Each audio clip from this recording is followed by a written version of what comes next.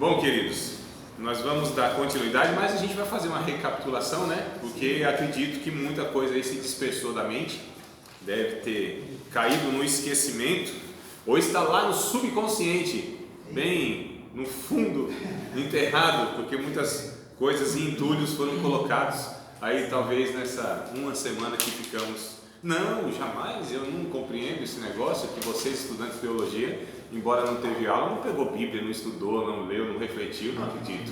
Com certeza vocês fizeram isso aí, aproveitaram, né? Esse período que nós estivemos descansando. Não, né? Ah, meu pai, custa nada sonhar. Sonhos do professor é assim, o aluno ali.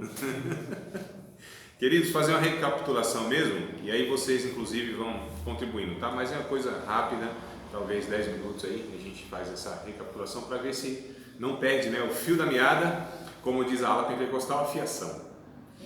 Então, nós falamos na aula passada que de fato foi a primeira aula mesmo, né, propriamente dita, como conteúdo proposto sobre cosmovisão, o que é cosmovisão? Bom, a gente está estudando um tema, esse tema a gente precisa entender pelo menos o seu significado. Alguém quer arriscar? Se errar está certo e errar porque a gente está nesse ambiente mesmo de aprendizagem. Quer falar, Angela? É uma série de crenças, de um sistema de pensamento sobre as questões mais importantes da vida. Sim. Resumindo, como enxergar o mundo. Isso, entendimento de mundo, exato. Quem dá mais? Concorda, né? Daniel concorda com os dois em número, gênero e grau, ele diz.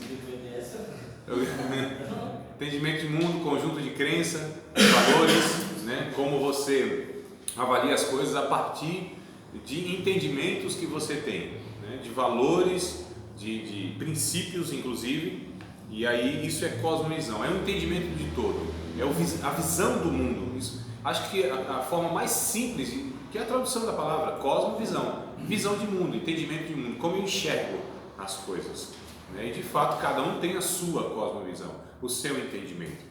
Então as pessoas olham de uma forma uma coisa, a outra olha a mesma coisa de outra forma. Então calma aí, como é a mesma coisa e tem dois entendimentos? Por causa da cosmovisão, por causa então dessas categorias que se usam para avaliar as coisas. É como a ética, por exemplo.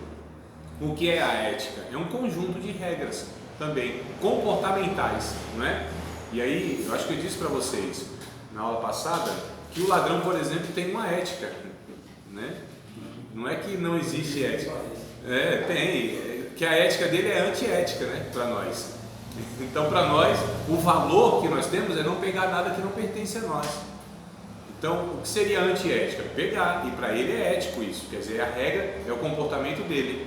Percebam, amados, né? Como a gente tem aí esse entendimento. Então, a cosmovisão, como é enxergado o mundo, é uma filosofia, né, que é uma palavra sinônima. Então, cosmovisão é filosofia. Filosofia de vida. Fala, qual é a sua filosofia de vida? Quer dizer, qual é a sua cosmovisão? É a mesma coisa. É como entendemos e lidamos com todas as esferas da vida, com tudo. Uma cosmovisão é uma série de crenças, um sistema de pensamento sobre as questões mais importantes da vida, que a Ângela gravou aí na memória do papel, né? Que é uma memória muito boa, ela não costuma falhar quando a gente guarda nessa memória aqui, ó. Então, lápis, caneta e papel, isso é fundamental, irmãos. Então, a gente falou sobre o livro de Eclesiastes, inclusive, não é isso? Nós falamos sobre o livro de Eclesiastes? Não chegamos aí, não? Então, nós vamos partir dessa aula. E você deu pra gente pesquisar o que significa fideísmo e empirismo. Coisa boa.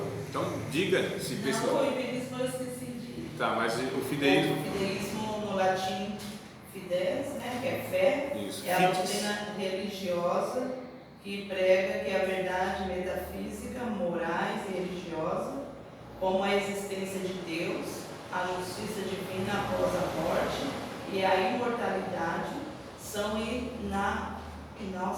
inaceitáveis através da razão, que é o pensamento. Isso. E só serão compreendidas por intermédio da fé. Aí até eles colocam que foi condenado pela Igreja Católica, né, pelo Papa no século IX. Trocando por miúdos, o fideísmo então descarta ou não precisa de nenhuma explicação racional. As cegas aceito. E não é a fé bíblica isso. A fé bíblica, ela é interessante que tem um pensamento que é assim: toda ação exige uma explicação. Por que eu faço isso? Existe um porquê. A Bíblia, ela traz os porquês.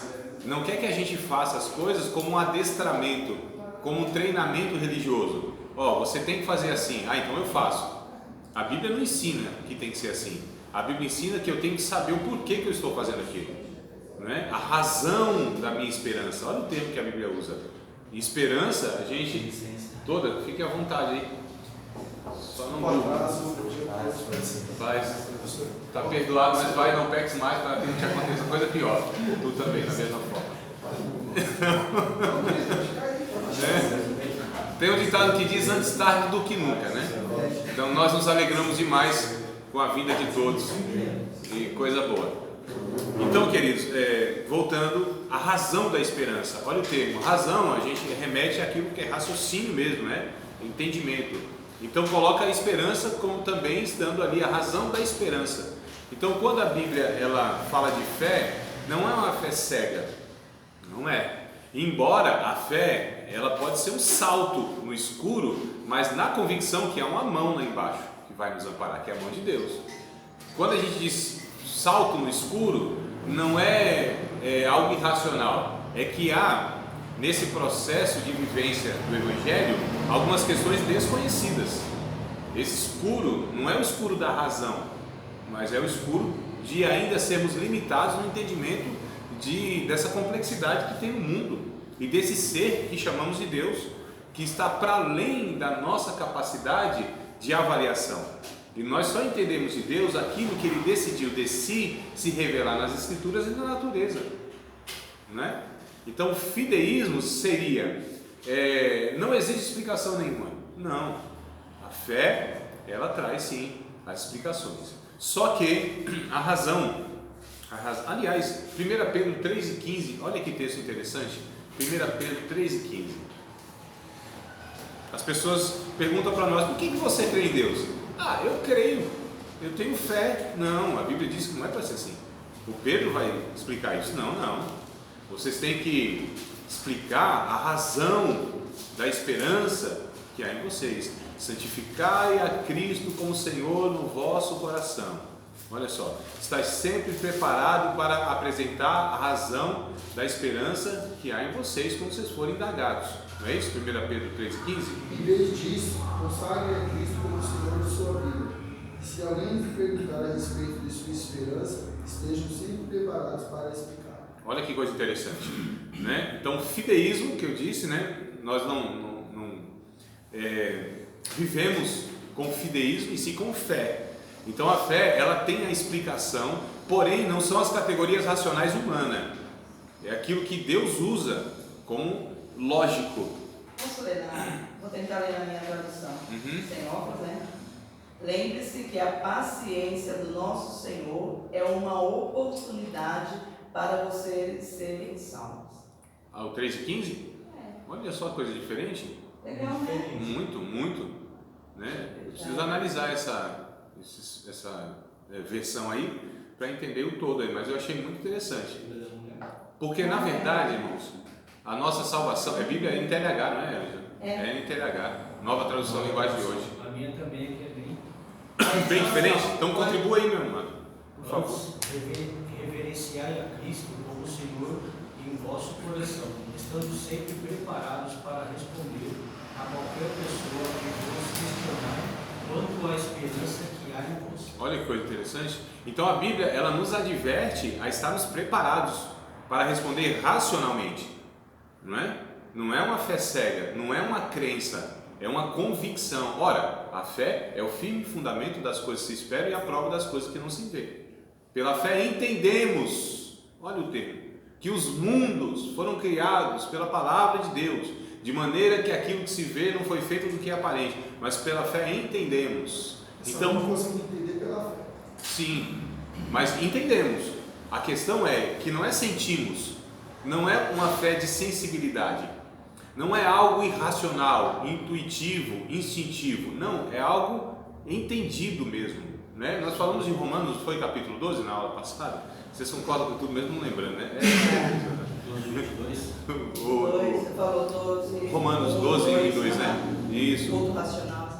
olha que coisa interessante. Então, culto lógicos, tá lá, culto lógicos, racional. É que essa racionalidade não é o que Paulo questiona, ou que Paulo diz que não usou lá em 1 Coríntios capítulo 2. Diz: quando eu fui ter convosco, não usei de sublimidade de palavras persuasivas de sabedoria humana, né? Olha só a coisa interessante, para que a fé de vocês não se apoiasse na sabedoria do homem, nessa razão humana, que é diabólica muitas vezes, que é terrena, né? E que é animal. Então, que Tiago vai trazer esses termos, né? Então a gente percebe que quando a Bíblia usa de entendimento, de racionalidade, isso é positivo, porque a fé é racional.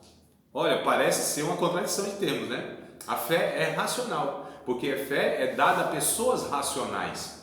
Mas essa fé é implantada até por Deus, né? Sim. No ser humano. Sim. Não é uma fé que a gente fala assim: hoje eu acordei com fé, mudei a linha de pensamento. Essa fé é implantada pelo Senhor. Na teologia, nós separamos, né, 4 aspectos da fé, podemos falar assim. Ela seria construída. Sim, também. Mas a questão assim, é que tudo se usa tipo, né? Isso é tipo, não sei o que, tipo. Mais aspectos. Por exemplo, a fé salvífica, aquela fé que é o aspecto para ser salvo, eu creio em Cristo, então essa fé que me leva à salvação.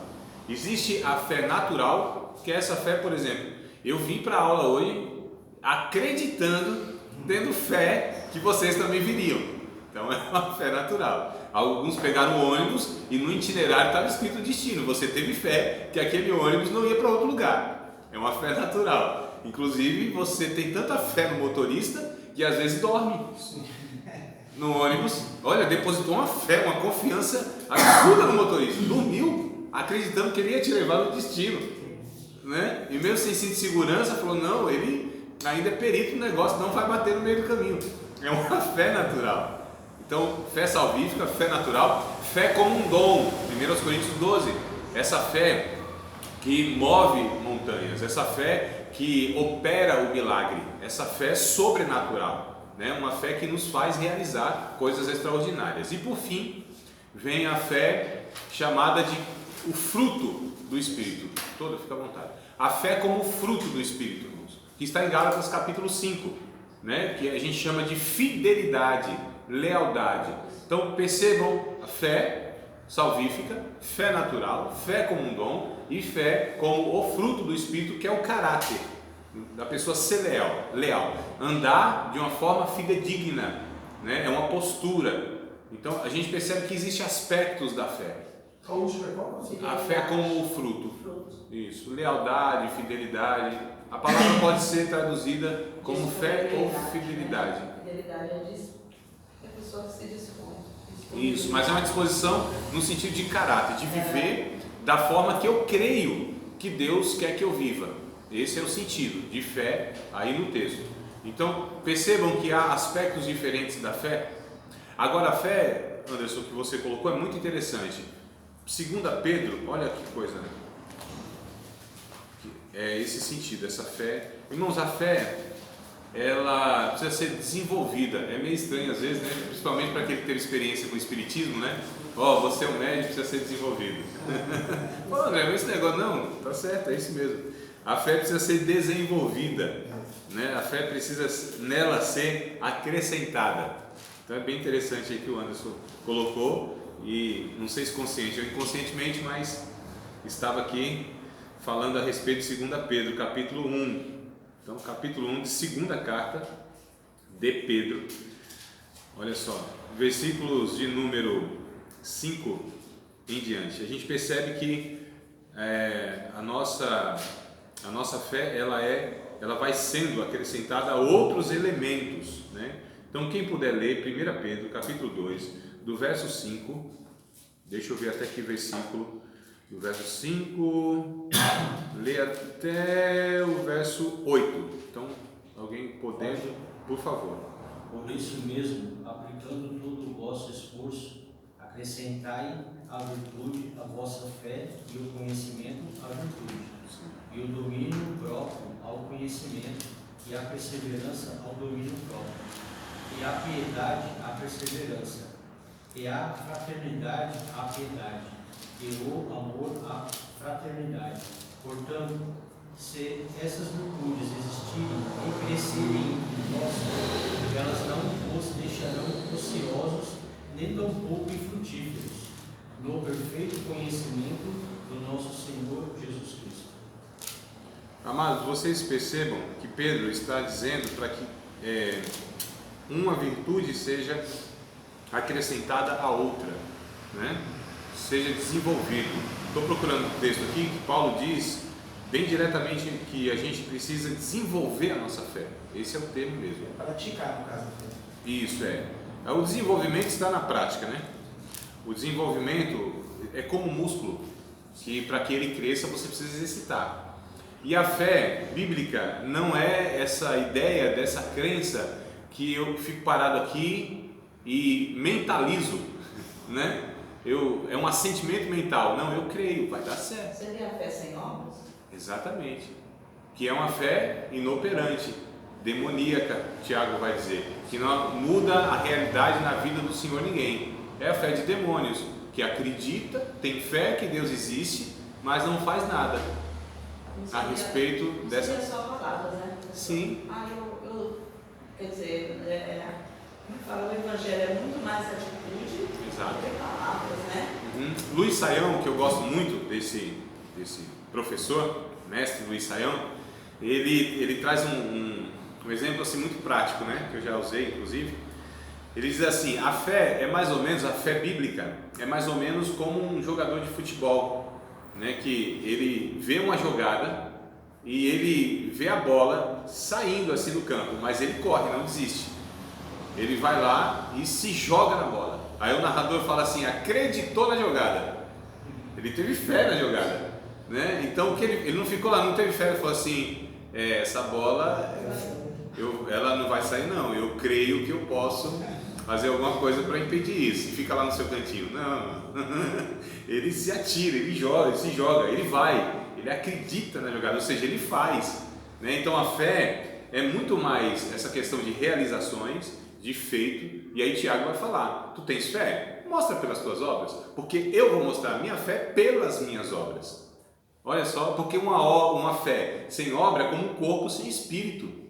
É uma fé de demônios que creem, estremecem. Deus é poderoso, Deus é Senhor, Deus é não sei o que, mas não faz nada, é inoperante, é uma fé demoníaca. Olha só, amados, né? Ou seja, que não altera a realidade. Então, quando a gente fala de fé na Bíblia, a gente está falando de fato de uma ação concreta, de um feito consciente, sabendo por que eu estou fazendo. Por que você faz isso? Por isso, por isso, por isso, por isso. Por que você vive assim? Por isso, por isso, por isso, por isso. Por que você crê em Deus? Por isso, por isso, por isso, por isso. Então a fé é racional. É possível provar a ressurreição de Cristo, por exemplo. Ó, coisa interessante, já pensaram nisso? Tem um livro excelente, que não acha mais, pelo menos o que eu tenho, né? Foi reeditado várias vezes e tal, mas é muito interessante. Evidências da ressurreição de Cristo, do Josh McDowell, um dos melhores que tem, coisa excelente, fantástica. Então, em outra ocasião, eu indico para vocês ele aí. Mas a fé, então, é diferente de fideísmo. A outra palavra foi empirismo, né? Empírico, quem pesquisou? Empírico. Não? Um de cada vez, todo mundo junto sem querer falar. Ô, Anderson, representa aí. Opa, meu irmão. Ó. Sempre tem um representante aqui, ó. Por gentileza, meu amado, ajuda aí os seus companheiros. Salve o grupo aí. Doutrina segundo o qual todo conhecimento provém unicamente da experiência, limitando-se ao que se pode ser captado pelo mundo externo. Isso.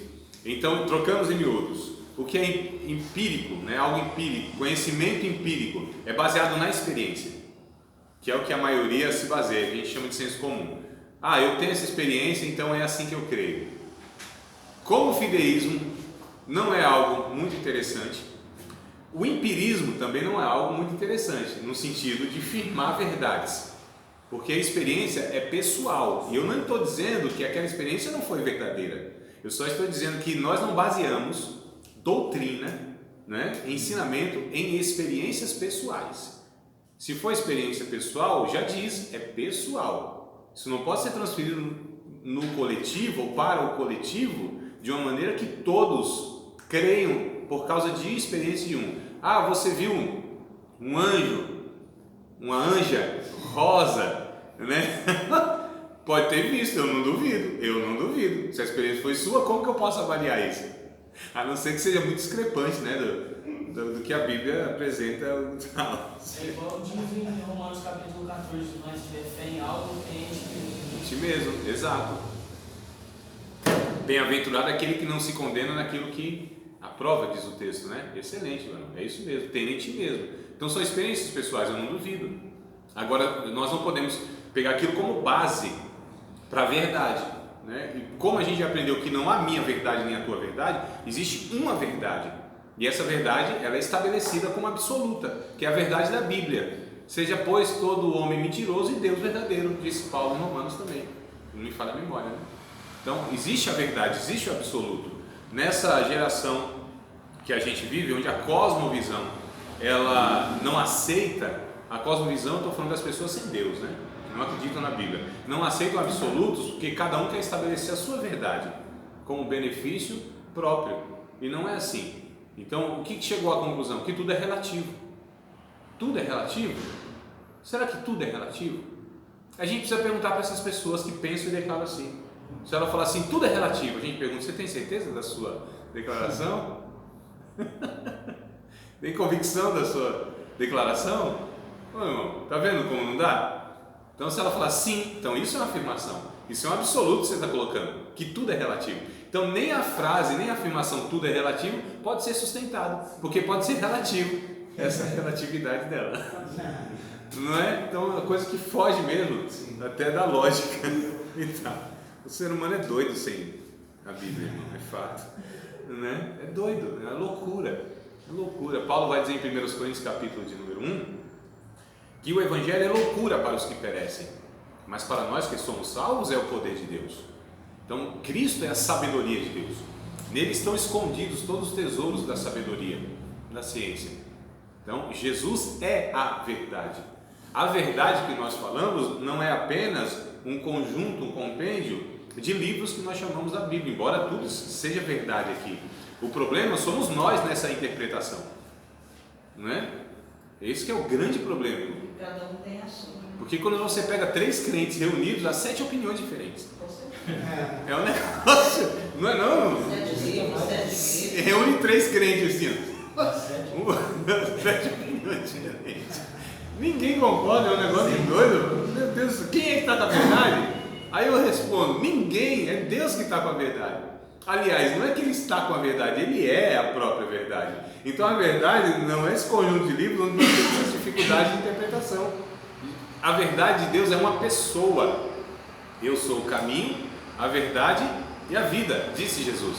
Então a verdade está contida em uma pessoa, é o Logos de Deus, é a palavra de Deus, é o Verbo encarnado, né, que se fez carne e habitou entre nós, cheio de graça e de verdade, diz o texto de João capítulo 1. Então a gente entende, irmãos, que a cosmovisão vai depender do entendimento da verdade e do entendimento, e aí a gente precisa crescer no entendimento, na compreensão, acrescentando sempre essa fé que vai crescendo.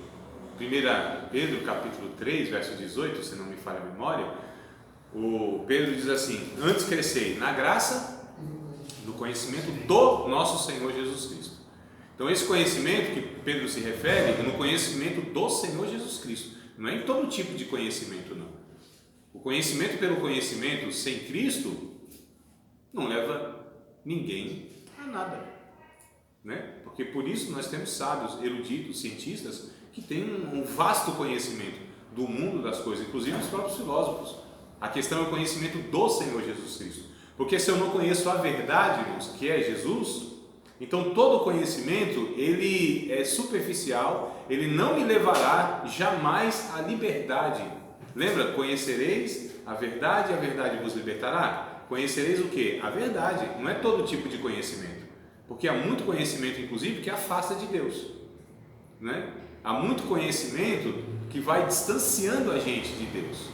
Há muita potência, há muita capacidade. Eu falei para vocês do exemplo do carro, o cara com um carro potente numa estrada, tudo favorável. Falei desse Não, exemplo? contrário, Mas indo para outra direção.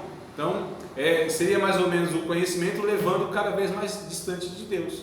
Então, o conhecimento bíblico equivocado vai nos distanciar de Deus muito mais, mesmo usando a Bíblia de alguma maneira. Mas se esse conhecimento é equivocado, vai nos distanciar de Deus. Olha que aparente contradição. Mas, professor, como é que a gente fica diante de tudo isso? Porque, a princípio, quando a gente aceita Jesus, a gente vai vendo assim, a gente pensa que vai passando pela rua e vai encontrando os crentes, e a gente pensa, pô, Senhor, pensa que é todo mundo da mesma família, né? Aí a gente quebra a cara, porque aí cada Uns chamam outros de primo, né? aí cada um defende a sua facção, né? Cada um defende a sua. E todos creem no mesmo Jesus, todos têm Bíblia, né?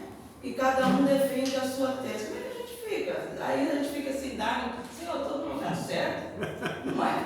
É verdade. Tem uns que defendem o sábado, tem outros que. É coisa de doido. Aí eu tenho uma palavra para vocês: escapa-te por tua vida, sai dela, povo meu. Não é? Aí Sim, quando é a gente complicado. levanta a mão ou cumprimenta uma pessoa que vai, você é crente, sou. De que facção? Né? Deixa eu dar para vocês uma dica prática. Eu acho que isso é um critério muito bom que a gente usa, porque assim, irmãos, a verdade de Deus sempre levará mais próximo de Deus. A verdade de Deus nunca nos distanciará de Cristo. Qual é o propósito das Escrituras Sagradas? Resumindo o resumo do resumo, a síntese do resumo da resenha, tudo, entendeu? Qual é? É nos fazer com que a gente se torne semelhante a Cristo. Se tornando semelhante a Cristo, nós estamos sendo salvos. Nós estamos sendo alcançados pela verdade. Então, quanto mais eu imito Cristo, mais eu estou me aproximando da verdade, visto que a verdade é Cristo, não é isso?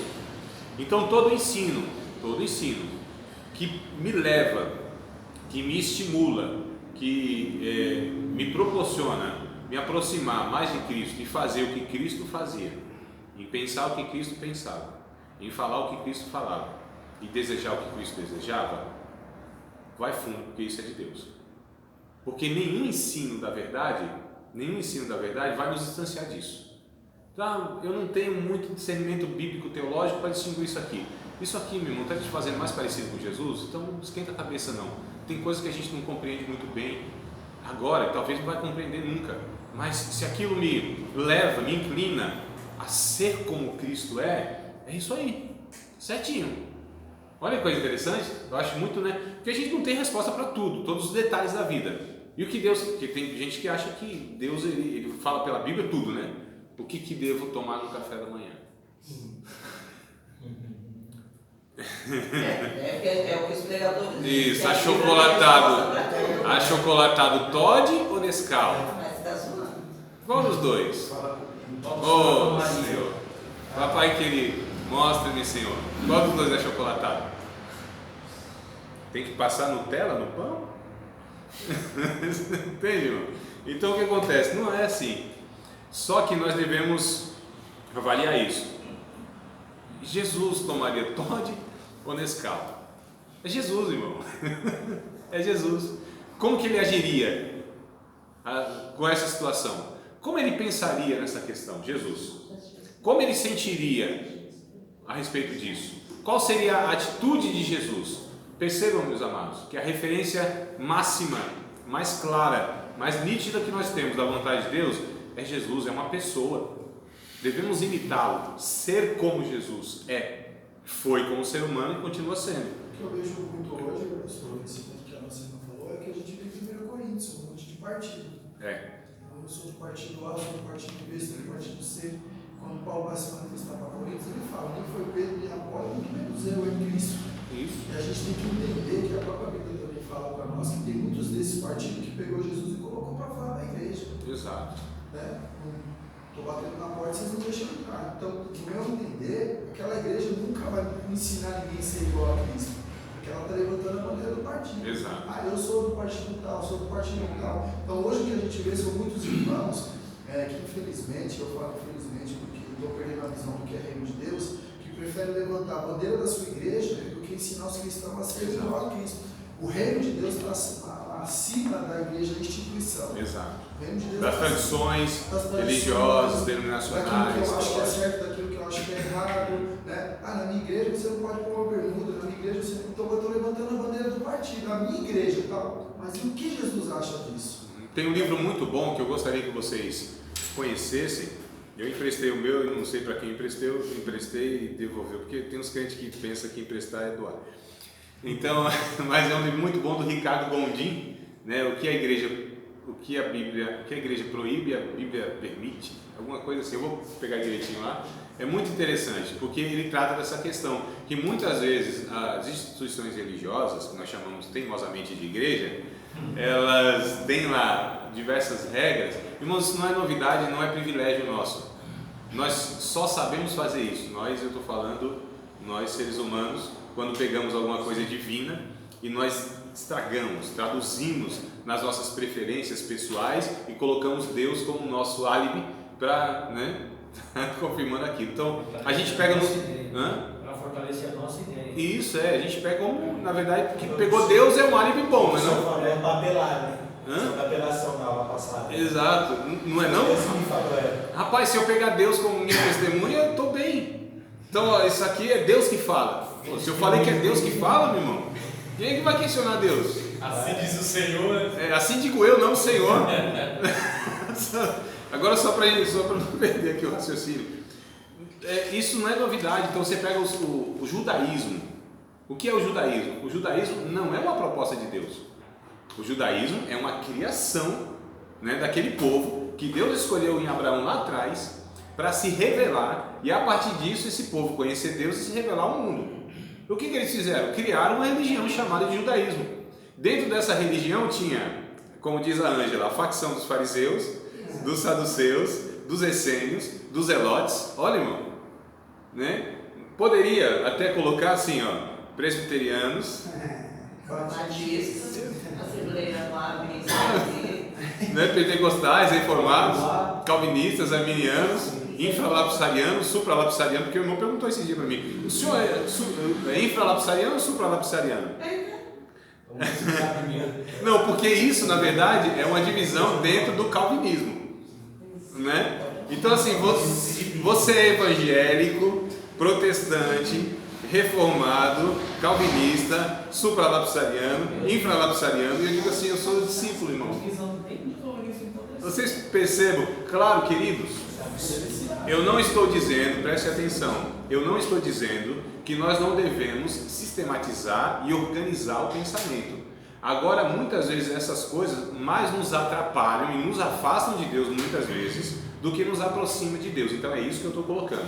Então nem todo o conhecimento ele contribui para que a gente conheça a verdade, se aproxime da verdade, que no final das contas é sermos transformados na imagem e semelhança como pelo Espírito do Senhor, na imagem de Cristo. Diga. André, fica mais ou menos naquilo que Paulo disse para Timóteo, para ele fugir um pouco das falas, exatamente, dos contos. Isso. Porque o judaísmo era muito pegado nisso, né? Isso, é muita coisa que não... Antiga, coisa que não tinha muito fundamento. Isso. Era mais história, né? Exato. A gente diz na teologia, nos termos técnicos que a gente usa, não infrói nem contribui, não fede nem cheira. São coisas que não vão alterar nada, né? Então essa é a questão, não é o conhecimento pelo conhecimento. Não é o estudo bíblico como o que foi? É esse? Qual é o título? É proibido. É proibido? Só isso? Mas tem... Mas aí embaixo tem aqui, ó. Isso. O que a Bíblia permite e a igreja proíbe. O que a Bíblia permite e que a igreja proíbe, mas o título mesmo é proibido. É esse aí, meu irmão. Depois joga no grupo, se puder, a imagem, tá? Se vocês quiserem, eu trago, inclusive preciso comprar um para mim. Eu li, claro, mas eu preciso comprar um para mim para pesquisar, porque a gente não lembra, né, de tudo, faz muitos anos que eu li. Então, voltando aqui, não é o conhecimento pelo conhecimento. Não é essa questão de fideísmo ou empirismo. Nós precisamos nos aproximar da verdade, amados. Isso é um esforço diário, isso é um esforço no entendimento que nós somos incapazes de chegá-lo sem que o Espírito Santo possa, né, abrir o nosso entendimento, nossa compreensão. E aí o que nós devemos fazer? Fica aqui algumas dicas para nós todos. Estudarmos a Bíblia, quando nós formos estudar a Bíblia, nós já temos uma cosmovisão. Nós muitas vezes trazemos essa cosmovisão, muitas não, a maioria, todas as vezes, para a Bíblia, não é isso? Então, por causa da denominação que eu participo, por causa dos meus ensinadores, dos meus pastores, dos meus professores, por causa dos livros que eu leio, do que eu ouço, do que eu assisto. Irmãos, tudo isso influencia. Nós não somos neutros, não há neutralidade, todos nós somos influenciados de alguma maneira. Eu brinco com vocês naquela frase trava-língua, que ninguém é original, porque se fôssemos originais, nós não poderíamos nos desoriginalizar, não é? Então todos nós, de alguma maneira, são digitais que vão colocando na gente. Então as músicas que a gente ouve, por exemplo, elas vão nos influenciando. A himnologia é um negócio muito sério, irmão, doutrina. Tanto é que muitos cristãos têm como verdade a partir de músicas que ouvem. Olha, Deus, ele falou isso, isso, isso. Onde você leu? A música, tal. Não, calma, tenha cuidado. Essa música é, de fato, uma tradução da verdade bíblica. Até a música temos que analisar, né, professor? Tudo. Fica aí Principalmente a música, porque é a que mais influencia. Muito mais do que, às vezes, o próprio ensino.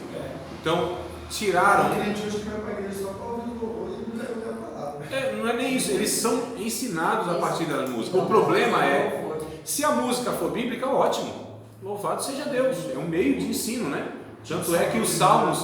Tipo sabor de mel. Salmo. E o outro agora é só de Tem um salmo lá, né, que é até chamado de salmo didático, né? Vocês já leram lá Masquil de Davi? Então esse Masquil é um salmo didático, ou seja, uma música que foi feita, no caso de Davi, para instrução. Então a música ensina, a música doutrina também. E aí a pergunta é, mas esse conteúdo, ele é bíblico ou não é? Porque nem tudo que é citado Deus, de fato tem Deus no negócio. Como eu disse, é pego Deus como sendo, né, a minha testemunha, e muitas vezes Deus disse, não tem nada a ver com isso aí não, se vira sozinho. Eu só me responsabilizo por aquilo que eu digo, não por aquilo que você fala, daquilo que eu nunca disse. Então a gente está falando um bocado de coisa que Deus nunca disse, e Deus vela sobre a sua palavra para cumprir. Não tem compromisso com um pregador nem com um professor. Deus não tem compromisso com teologias, desde o que a não ser que essa teologia, de fato, ela seja bíblica, porque nem toda teologia é bíblica, né? Então a teologia é a elaboração a respeito do que Deus disse, e aí fica por conta de todos nós. Cada um tem a sua teologia, que eu disse, tem 3, se vocês já tiveram aula com os outros professores, né? Então você fala, rapaz, mas esse professor aqui, esse aqui fala uma coisa, esse aqui fala outra, quem é? Quem será? Será Pedro? Será Paulo? Aí você chega à conclusão, eu sou de Cristo. Eu sou de nem Paulo, nem Pedro, nem Apolo, sou de Cristo. Parece que esse de Cristo era o pior que tinha, a pior facção que tinha lá em Corinto, né? Era aqueles também que falam, eu não sou de ninguém, eu sou de Cristo. Também não é assim, mas a gente precisa ter muito cuidado. Então, voltando aqui para eu não fazer essa salada, vou deixar quem? Fazer um comentário sobre música. Às vezes a gente não tem um conhecimento de como ela influencia a gente, né? Que nem o pastor está falando, às vezes o ensino, amanhã você esquece. Mas se ele cantar, ensino, você sem dúvida, é uma técnica. Por quê? É uma técnica. Até hoje, eu sei todas as preposições de português. Por quê? Porque foi me ensinado através de uma música. Exato. E isso, ó, entendem. Não esquece, meu irmão. Não esquece. Eu tenho ensinos, Anderson. Eu tenho ensino. O meu professor de hebraico, ele ensinou algumas coisas para nós assim, algumas eu esqueci, mas o que ele ensinou pela música, não. Ele ensinou o Salmo 133.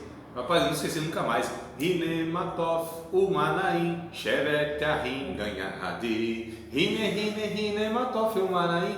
Eu ia lembrar desse negócio quando? Só pela música, né? E eu trago toda a tradução e tudo, porque ele nos ensinou usando essa técnica da música. Poderia falar esse como outros textos que ele pegou no hebraico, mas melodicamente, com música. Aquilo gravou, a gente cantou aquela festa toda. Parece que é uma bagunça, mas são técnicas, né? Tem Cantando as Escrituras. Anotem, Cantando as Escrituras é um site. Cantando as Escrituras. Eles fazem análise crítica das músicas. Cantando as Escrituras. Já no Face tem lá. Cantando as Escrituras. Muito interessante. Eu não estou dizendo que 100% das avaliações deles eu concordo, tá, irmão? Né? Tem essa, né? Precisa usar o senso crítico, né? Mas assim, muitas coisas lá, ou a maioria, tá tudo certinho. Na minha visão, a minha cosmovisão, eles são bem coerentes nas opiniões dele. Lógico que não tem ninguém absoluto. Essa é a questão. Eu não sou absoluto, vocês podem e devem discordar de mim, não tem problema. Né? Os que estão comigo já há bastante tempo aí sabem, eu não tenho problema nenhum de ser questionado. Não fico vermelhinho, não perco a linha, não me altero, não persigo o aluno, não ponho na recuperação. Não sai da sala não, você. Não sai da sala não. Vai pelo banco. Então, eu não tenho problema com isso, vocês sabem, né? Anderson está um tempo, Daniel, Ângela, Mar, estão um tempo aí, sabe que eu não tenho esse problema. Sabe por quê, irmãos? Quem tem problema em ser questionado e fica nervoso e já quer impor pela opressão da função e tudo, é porque não tem convicção no que crê. Isso é um fato. Então eu tenho tranquilidade no que eu creio. E eu não estou dizendo que eu não ouço e não considero, não, pelo contrário. Eu fico pensando, talvez na hora eu não reconheça, né? Mas opa, vamos ver. Será que o aluno está falando de repente, embora eu estou ensinando todos esses anos, né? E está me ensinando errado? Quem é que sabe? Por quê que eu não posso estar ensinando errado todos esses anos? Então calma aí, Deus está falando. Eu preciso entender que Deus fala para todos nós. Então eu não sou absoluto. Eu não sou o único que sei, eu não sei mais. Nós todos juntos sabemos mais e nem todos juntos podemos saber tudo que pode ser sabido. Não é? Então há muita coisa a saber que nós não chegamos ainda nesse entendimento, nesse conhecimento. Cantando as Escrituras é outra dica que fica para vocês aí, tá bom? Então bora lá. O livro de Eclesiastes é um exemplo de ensino filosófico. O livro de Eclesiastes é um exemplo de ensino filosófico. Quando a gente fala de filosofia, é esse livro aqui que eu quero que vocês adquiram também, ó. Tá? O livro mais mal-humorado da Bíblia. Esse aqui, ó. Livro, comentário de Eclesiastes. Excelente, irmãos, excelente. Eclesiastes, de fato, é um escrito filosófico. Tá? Versa sobre a vida, questiona a vida. O questionamento também, amados, é algo que muitas vezes no meio no meio religioso não é visto como algo positivo. Por que você está questionando? Você está duvidando? Não, quem questiona não está necessariamente duvidando, porque quer compreender de fato. Quantas perguntas os salmistas fizeram? Por que, Senhor? Por que, Senhor? Abacuque, por que, Senhor? Por quê? Né? Olha só, o questionamento, amados, e Deus não reprova ninguém que o questiona. É nós, religiosos, que ficamos nessa bobagem.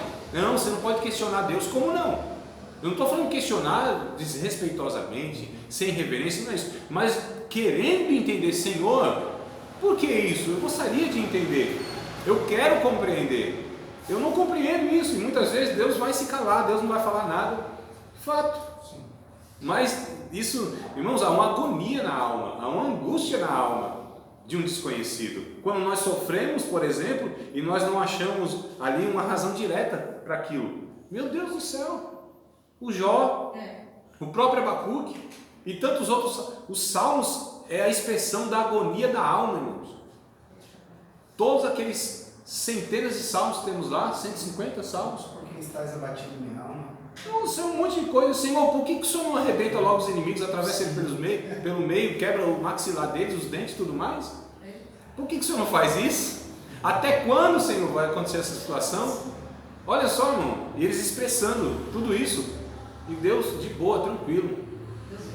Entendo a agonia de vocês, a limitação de vocês. Pode falar, papai está ouvindo. Né? A gente tem essa bobagem, não questiona. Não pergunta por quê, mas para quê? Isso, bobagem. Já pensou Jesus na cruz do Calvário? Deus meu, Deus meu, Deus meu. Para quê? Por que não? Para que me desamparaste? Não. Né? Senhor, para que, Senhor? Para que? Eu não posso falar por que não. Para que, Senhor? Deve ter um propósito. Para que? Por que me desamparaste, Senhor? Por que me desamparaste? Onde está o Senhor? Olha, irmão, Jesus, nós estamos falando do nosso Senhor Jesus Cristo. Por que me desamparaste, Senhor? Aí se fosse um religioso, que é isso, Jesus? Vigia na terra. Conversa é essa? Você acha que nunca ouviu falar, nunca te deixarei, nem nunca desampararei? O senhor está perguntando aí por que me desamparar? Você não conhece a Bíblia, não? Isso mostra a humanidade que tinha nele, né? Sentir como homem. E a nossa humanidade deve ser, irmãos, a gente muitas vezes se coloca como super espirituais, né? Nós não somos. Nós somos humanos. O crente continua sendo um ser humano. Né? embora meio esquisito, às vezes Deus pede para ser diferente, mas a gente prefere ser esquisito, né? Mas é um ser humano como qualquer outro, com as suas carências, demandas, com seus questionamentos, com suas limitações, com as suas dúvidas. O duvidar nem sempre é falta de fé. O duvidar pode ser um anseio por querer conhecer de fato a Deus e a mente de Deus, para que a gente haja, para que a gente pense como se deve pensar. Eu não estou falando de uma dúvida onde me leva a uma paralisia. Eu estou falando de um questionamento saudável, onde a minha alma anseia por entender aquela situação. E sabendo que muitas vezes não vai ser entendido, não tem problema. Aí entra de fato essa fé para suprimir então essa minha limitação. E aí quando a Bíblia diz para nós caminharmos por fé e não por vista, é por conta disso. Que ainda que eu não compreenda um todo, mas eu sei em quem tenho crido. Paulo diz, olha que coisa interessante, eu sei em quem tenho crido. Sei que Ele é poderoso para me recompensar, né? Então é o saber, é muito melhor do que o sentir. Tem hora que eu não sinto coisa nenhuma, eu sou pentecostal, mas tem hora que eu não sinto coisa nenhuma.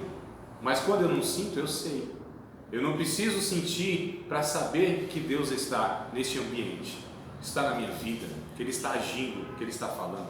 Muitas vezes eu não distingo, não ouço audivelmente essa voz, mas eu sei, eu conheço, eu entendo a palavra de Deus quando vem a minha alma, irmãos.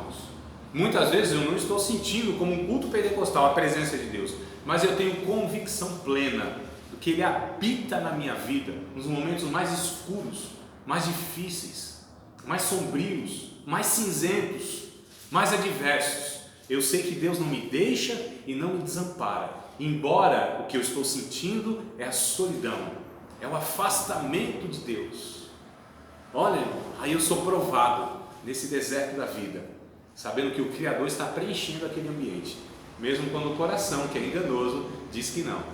A fé racional diz que sim, porque eu creio na palavra de Deus, no que Deus disse, embora aquilo que Ele não faça e eu espero, não é evidente, mas eu sei quem é o meu Senhor, eu sei que o meu Redentor vive e que por fim Ele se levantará sobre a terra, ainda que Ele me mate, nele eu esperarei, disse Jó, num momento adverso, que ele não estava sentindo nada, devia estar sentindo raiva dos amigos e um monte de coisa. Tu quer ler alguma coisa, Varão? Não? Ah tá, que eu vi assim.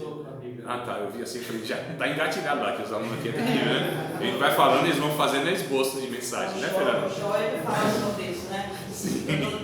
Eu não lembro o versículo, que ele fala, há momento que eu olho para a direita, para a esquerda, não vejo nada, né? E eu, Anjo, olho para cima, para baixo, para trás. É um momento mesmo que não tem essa presença, é como se ele falasse assim, ele argumentasse a presença, né? Exato. Ele fala, eu não sinto a presença, mas ele, como você falou, não é muitas vezes é o crer, né? Sim. Sobre nossas vidas. E o questionamento, né? Vamos ler um texto de Eclesiastes? A gente vai estudar um pouco sobre Eclesiastes, tá? Hoje. Um pouco mais aí sobre esse livro. E aí depois vocês querendo, se interessando, vocês adquiram aí esse livro. Esse ou outro, mas esse eu indico. Eclesiastes, só falar de questionamento, filosofia. E a Bíblia tem esse livro aí bem contundente a respeito desse aspecto do pensamento que é o filosófico, né? Que é o questionar, irmãos. É o questionar. Precisamos questionar. A gente muitas vezes cai naquela questão: por que tem tanto picareta aí no mundo religioso? Porque foi dado para eles um poder tal que eles são intocáveis. Então assim, não, que isso, não julga o profeta não, só a profecia. Não, a Bíblia diz o profeta e a profecia, são os dois. Tem que se colocar debaixo de um crivo. O Moisés disse, porque perguntaram assim, Moisés, como que a gente vai saber se quem fala o nome de Deus e fala as verdades de Deus? Aí Moisés diz, olha, quando ele profetizar, calma, esquenta a cabeça não, fica observando a vida dele, se não é idólatra, se não é um mau caráter, se não é uma picareta, e vê quando a profecia se cumpre. Se isso acontecer, depois você fala, rapaz, é profeta, hein? A gente faz o contrário, né? Porque é nos colocado uma ameaça que, se a gente questionar o profeta, meu irmão, a gente pode ser até amaldiçoado por esse profeta. E se o profeta amaldiçoado, está lascado. Não é as loucuras que a gente vê no meio religioso? Isso que só vai ter um monte de Isso, amaldiçoa do monte, do vale. Aí a profissão não acontece, né? Porque você duvidou e questionou. Isso. Então é um negócio assim de doido, amados. Aí fica dúvida. Eu não sou absoluto, pastor nenhum é absoluto, profeta nenhum é absoluto. Absoluto é Deus. A verdade de Deus é absoluta, pode chegar em nós e se relativizar. Então o André tem que ser questionado, ele deve ser questionado, até para minha proteção mesmo. Senão ele dói. Eu acho que sou Deus. Não é não, irmão? Fala a verdade, ninguém me questiona, eu sou intocável. Aí eu falo o que eu quero, falo um monte de besteira, faço o que eu quero, manipulo as pessoas. E é o que acontece muitas vezes no meio religioso, né? Essa questão que você vê as pessoas sendo tratadas assim como se fosse algo de uma casta superior, um super crente, é um nível, chegar nesse nível. Eu vou chegar um dia nesse nível, né? Level, sei lá, 8, level 9, então tá no nível assim, top. As expressões que eu acho barato, quando não fico com raiva delas. E pessoal, calma aí, viu? Segura um pouquinho, tu vai falar daqui a pouquinho. Um beijinho na flor, assim, 5 minutos de saudação. Cada um tem 5 minutos de saudação, né? Por aí tem 5 minutos de fama, aqui é 5 minutos de saudação. Que passar disso é de procedência maligna. Tô brincando, irmão. Então, assim, essa questão de tem que ser questionado, tem que ser colocado, todos nós temos que ser colocados diante da Bíblia. A Bíblia é o crivo, é a peneira. É esse scanner que deve passar na gente. Opa, tá falando? Tô falando em nome de Deus, calma aí, vamos ver então. Mas quem é que tá falando? Mano, quem tá falando é o apóstolo Paulo. E os irmãos de Berea? Quem era Paulo? Eu quero saber as escrituras. Deixa eu ver se esse Paulo tá falando condiz com as escrituras. Olha, irmão, que dica que fica, hashtag fica dica para nós, né? Então quem é que tá falando? Rapaz, o professor André, o cara é sério, ele é esforçado. A gente percebe uma honestidade dele. Pode ser tudo verdade isso aí que vocês estão pensando. E é mesmo. Mas eu não estou isento de errar, irmãos, né? Então, às vezes a gente deposita cegamente, olha o fideísmo, cegamente nas pessoas, né? Porque de fato são sérias, são honestas, são esforçadas, mas todos nós temos nossas limitações. Então você pega Calvino, nossa, um teólogo fantástico na história. Tem coisas lá que eu discordo. Não, isso aqui não tem nada a ver.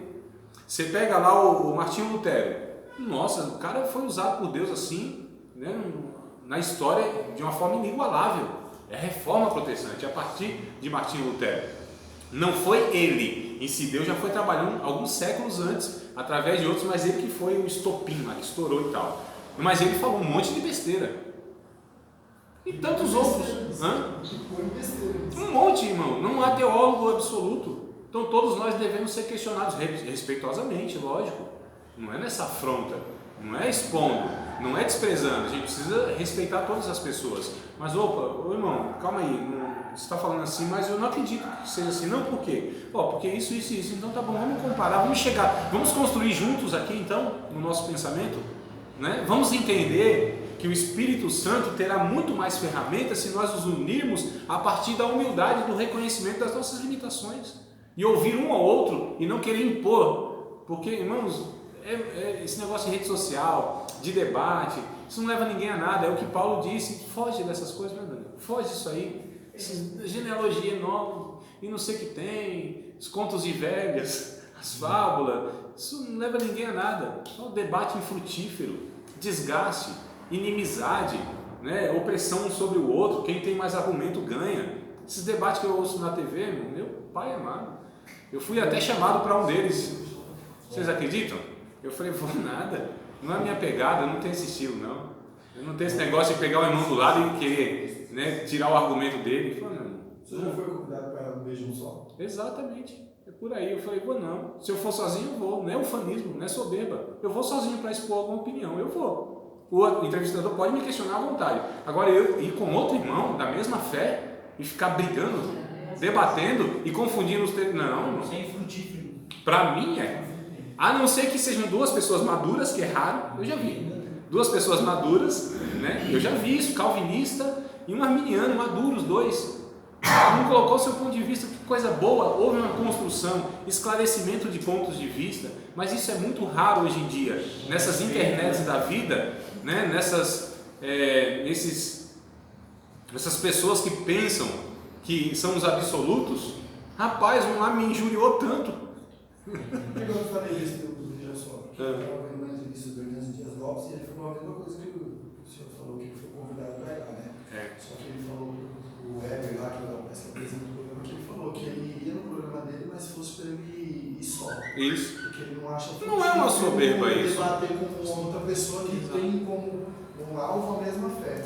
Aí eu estava vendo uma entrevista dele e achei interessante. E agora o senhor está falando a mesma coisa, né? E eu nem sabia do Hernandes Dias Lopes. Eu acho que ele pensa igual eu, ele me copiou. Ele falou, eu vou para algo que eu sei que vou sair de lá, Exato. que eu, de alguma forma, fui frutífero para alguém que não achei o programa. E precisa ser. Não.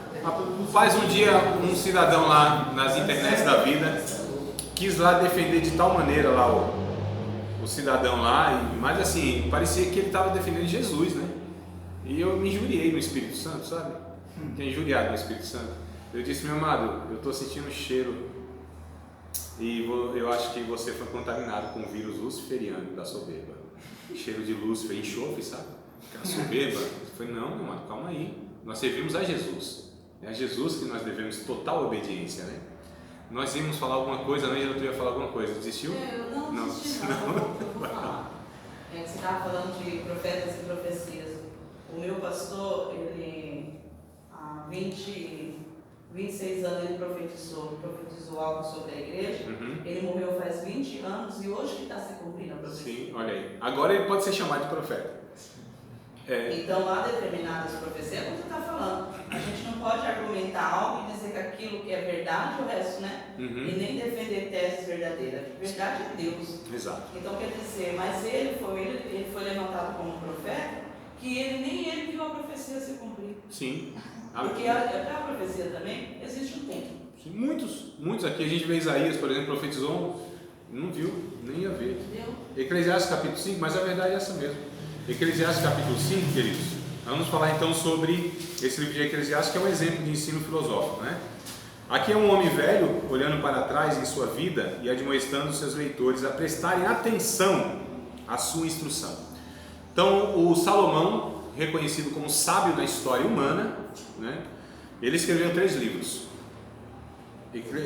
na ordem, né? Cantares de Salomão, Provérbios e Eclesiastes. Cantares de Salomão na sua juventude, apaixonadinho, que ele estava, apaixonado assim pela menina, a Sulinha, né? A Sulamita. Então, aquele romantismo todo, né? Aquela descrição do erotismo entre o homem e a mulher, aquela coisa toda. E Provérbios, onde já começa, na meia idade, onde ele começa a observar alguns comportamentos e extrair dali as lições para a vida, pelas observações e como fruto também de muito estudo, né? Isso ele vai falar depois em Eclesiastes. Então ele vai observando as coisas mais simples da vida. O que é a filosofia? Entre outras coisas. Mas o que é a filosofia? Observar a simplicidade da vida e a praticidade daquilo. É pegar do complexo e traduzir naquilo que pode ser vivenciado e entendido por qualquer um, ou por todos. Então filosofia não é algo complicado que só poucos têm acesso, pelo contrário, como também a aula de teologia deve ser, e um bom professor deve ser, pegar aquilo que é complexo e traduzir como aquilo que todos podem entender. Nossa, professor, entendi. Eu achava tão complicado, falei, louvado seja Deus, cumpri o meu papel. Alguns fazem o contrário, pegam o simples e... Aí o cara entrou na sala de aula entendendo alguma coisa, saiu todo confuso.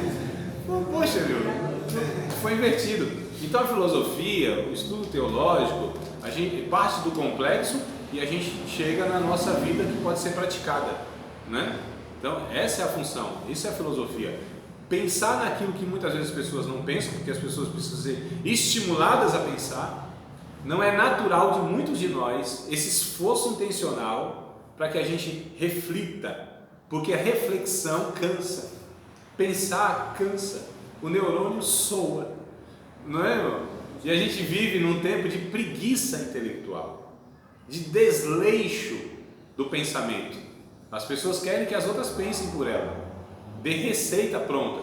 É por isso que tem coach aí, ganhando milhões, receitinha, coisa pronta, 7 passos para o sucesso, não sei das quantas, 10 não sei o que para não sei o que. Como se a gente fosse eletrodoméstico e tivesse lá uma instrução, passo 1, 2, 3, 4 e vai funcionar no final. Não, amado.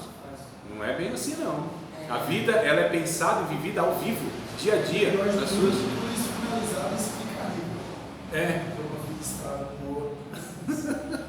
É um negócio de louco, doido, tá todo mundo doido. Essa é a minha conclusão. Todo mundo doido. Salomão também é essa. Depois a gente vai ver aqui, ele fala, todo mundo doido. Então ele escreve aí o Provérbios e o Eclesiastes no final da sua vida. Experimentou tudo que o ser humano podia experimentar, viveu, teve, possuiu, em todas as experiências humanas ele teve como ninguém isso. E ele chega a uma conclusão triste, desanimadora. Olha, ele diz assim, vaidade de vaidade, tudo é vaidade. Essa palavra, lá no original hebraico que ele escreve, oquidão de nada. Ó, névoa, correr atrás do vento. Ô irmão, que desanimador. Esse homem está tão depressivo. Ele fala disso que talvez hoje para nós é algo que é empolgante. Nossa, como eu preciso disso. Então vocês percebam, amados, como a nossa cosmovisão, quando ela é correta, a gente enxerga um todo e vê que há um equívoco muito grande na proposta de vida. Estou falando só dos evangélicos, estou falando do ser humano em si, que corre atrás do vento, que se apoia e se agarra em nada, que quer preencher o seu coração de mais vazio. É um abismo que tenta preencher outro abismo, um abismo chama outro abismo, não é? Então é interessante que a gente percebe essa corrida do capitalismo, do consumismo, essa corrida onde as pessoas tentam construir nada, irmãos. Eu brinco com os irmãos que as pessoas, elas compram as coisas que não precisam com dinheiro que não tem, para mostrar o que não é para as pessoas que não gostam. Não é? Faz sentido. Faz, eu também acho que faz sentido. Todo sentido, irmão. Porque a gente vê esse consumismo desenfreado. Eu tenho dó, irmão, dó. Não, é sério mesmo, não é brincadeira. Sabe, de ver uma pessoa assim com tanta dificuldade e ela fala, eu comprei essa geladeirinha, eu comprei esse fogãozinho. Eu falei, meu Deus do céu, olha só como as pessoas estão pobres de vida. Essas coisas inclusive deveriam ser coisas naturais e não deveriam ser isso que preenche a alma de alegria. O que deveria preencher a alma da alegria é vida, relações, Deus, Evangelho. Mas o negócio está tão ruim, a alma tão vazia, a miséria, a exploração, a corrupção, a desigualdade, a injustiça, a opressão do homem, a exploração do homem pelo homem, do seu semelhante pelo seu semelhante, que as pessoas não se alegram e a alegria delas são coisas materiais. Essas pessoas miseráveis, e tem pessoas mais miseráveis do que essas miseráveis financeiramente, são aquelas que são ricas financeiramente, tudo que elas têm é dinheiro, mais nada. Tudo que tem uma mesa farta, mas vazia de pessoas que a amam sinceramente. Olha que coisa horrível. E a mesa dela só está cheia porque é por aquilo que ele oferece. Porque se tirar o que ele tem... E está cheia pode estar de pessoas vazias, porque não tem um conteúdo nelas. Como as igrejas muitas vezes cheias de pessoas vazias de Deus. Lotadas, saindo pelo ladrão. Pode usar essa palavra? Igreja sai pelo ladrão. Tem gente saindo pelo ladrão, né? Saiu um ladrão esse dia? Não, deixa pra lá. Vou voltar aqui, irmão. Posso misturar as coisas? Perdoa, Jesus. Capítulo 8, gente, Eclesiastes está filmando, mas não sabe que é brincadeira. Tudo aqui é brincadeira nesse sentido. Bom, Eclesiastes capítulo 8. 8 ou é 5? 8. Eu falei 5? Não, jamais. Tá gravado? Tá gravado? Até vocês pegarem essa prova eu apago. É isso, meu irmão, jamais. Eu nego até o último. A pessoa, capítulo 8, tá, irmãos?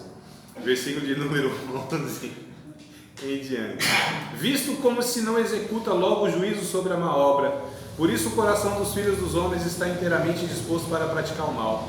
Ainda que o pecador faça mal 100 vezes e os dias lhe prolongue, eu sei com certeza que bem sucede aos que temem a Deus, aos que o temem diante dele. Mas ao ímpio não irá bem, ele não prolongará os seus dias, será como a sombra, visto que ele não teme diante de Deus. Ainda outra vaidade se faz sobre a terra. É essa parte que eu quero enfatizar mais. Há justos a quem sucede segundo as obras dos ímpios, e há ímpios a quem sucede segundo as obras dos justos. Digo também que isso é vaidade. Em outras palavras, Salomão está dizendo o seguinte: a gente ruim que acontece coisa boa na vida deles, e a gente boa que acontece coisa ruim na vida deles. Isso para mim é um negócio confuso. Vaidade, não entendo isso. Olha, irmãos, isso aqui é filosofia, isso aqui é o questionar, isso aqui é o Salomão já vivendo tudo isso e avaliou tudo e chegou à conclusão: tem muita coisa aqui que eu não compreendo, não entendo e nem acho justo, né? Nem acho justo. Por que Deus não faz alguma coisa? Por que Deus permite isso? Olha os questionamentos, né? Que a gente reprova inclusive no nosso meio. É falta de fé, irmão, que isso? Você está colocando Deus em xeque, o caráter dele? Não, eu não entendo. Por que Deus não faz? Eu tenho algumas, não é que eu tenho algumas respostas. Na minha cabeça, algumas coisas são relativamente tranquilas, resolvidas, mas na maioria das pessoas não é. Por exemplo, eu entendo que Deus não realiza, Deus não cumpre, Deus não faz a sua vontade nessa existência. A vontade de Deus não é feita, irmãos, aqui porque Deus não pode? Não é isso o poder de Deus. É porque existe um ambiente que está sendo resgatado. Ainda está sendo resgatado. Não é só o ser humano, é toda a criação está sendo resgatada. A Bíblia diz isso em Romanos capítulo de número 8. Há 3 gemidos ali: o gemido do Espírito Santo, o gemido dos filhos de Deus e o gemido da criação. Tudo isso aqui está sendo resgatado. E aí Jesus nos ensina a orar. Ele diz assim na oração: Pai nosso que estás no céu, santificado seja o teu nome, venha o teu reino, seja feita a tua vontade, assim na terra como é no céu. Então essa vontade de Deus ainda não é feita totalmente. Existem limitações, existe um ambiente que é contrário a isso. A vontade de Deus é feita parcialmente na vida de cada um de nós. Ainda a injustiça é a marca dessa criação, a corrupção é a marca dessa criação, e nós somos aqueles agentes de Deus que preservamos ainda algum resquício da vontade de Deus. É por isso que nós somos convocados a agir como sal na carne para preservar e dar sabor a ela, inclusive. Então o sal não pode ficar dentro do saleiro, né? O sal tem que estar em contato com a carne. Então essa é a cosmovisão da Bíblia. O sal precisa estar em contato com a carne, porque o sal tem o poder de preservar. Esse sal tem que ser sal, cloreto de sódio, porque se for insípido também, aí para nada presta. Estou falando do sal. Irmãos, o Evangelho é muito mais poderoso do que qualquer poder das trevas. Então o Filho de Deus, um contato com o pecador, quem é que vai influenciar quem aqui? O Filho de Deus tem que influenciar o pecador. Deve ser, mas a gente tem um medo lascado de se relacionar com pessoas que não são do nosso arraial, não é, irmão? Não está no nosso redil. Então nós somos ensinados: olha, fica lá no seu quadradinho, na sua redoma, né, na igrejinha, fica lá, porque se você tiver contato com um com o outro, meu irmão, me diga com quem andas e eu te direi quem és. A pessoa, aí falar de Jesus, pecador, anda com pecador, é pecador, amigo dos publicanos e pecadores.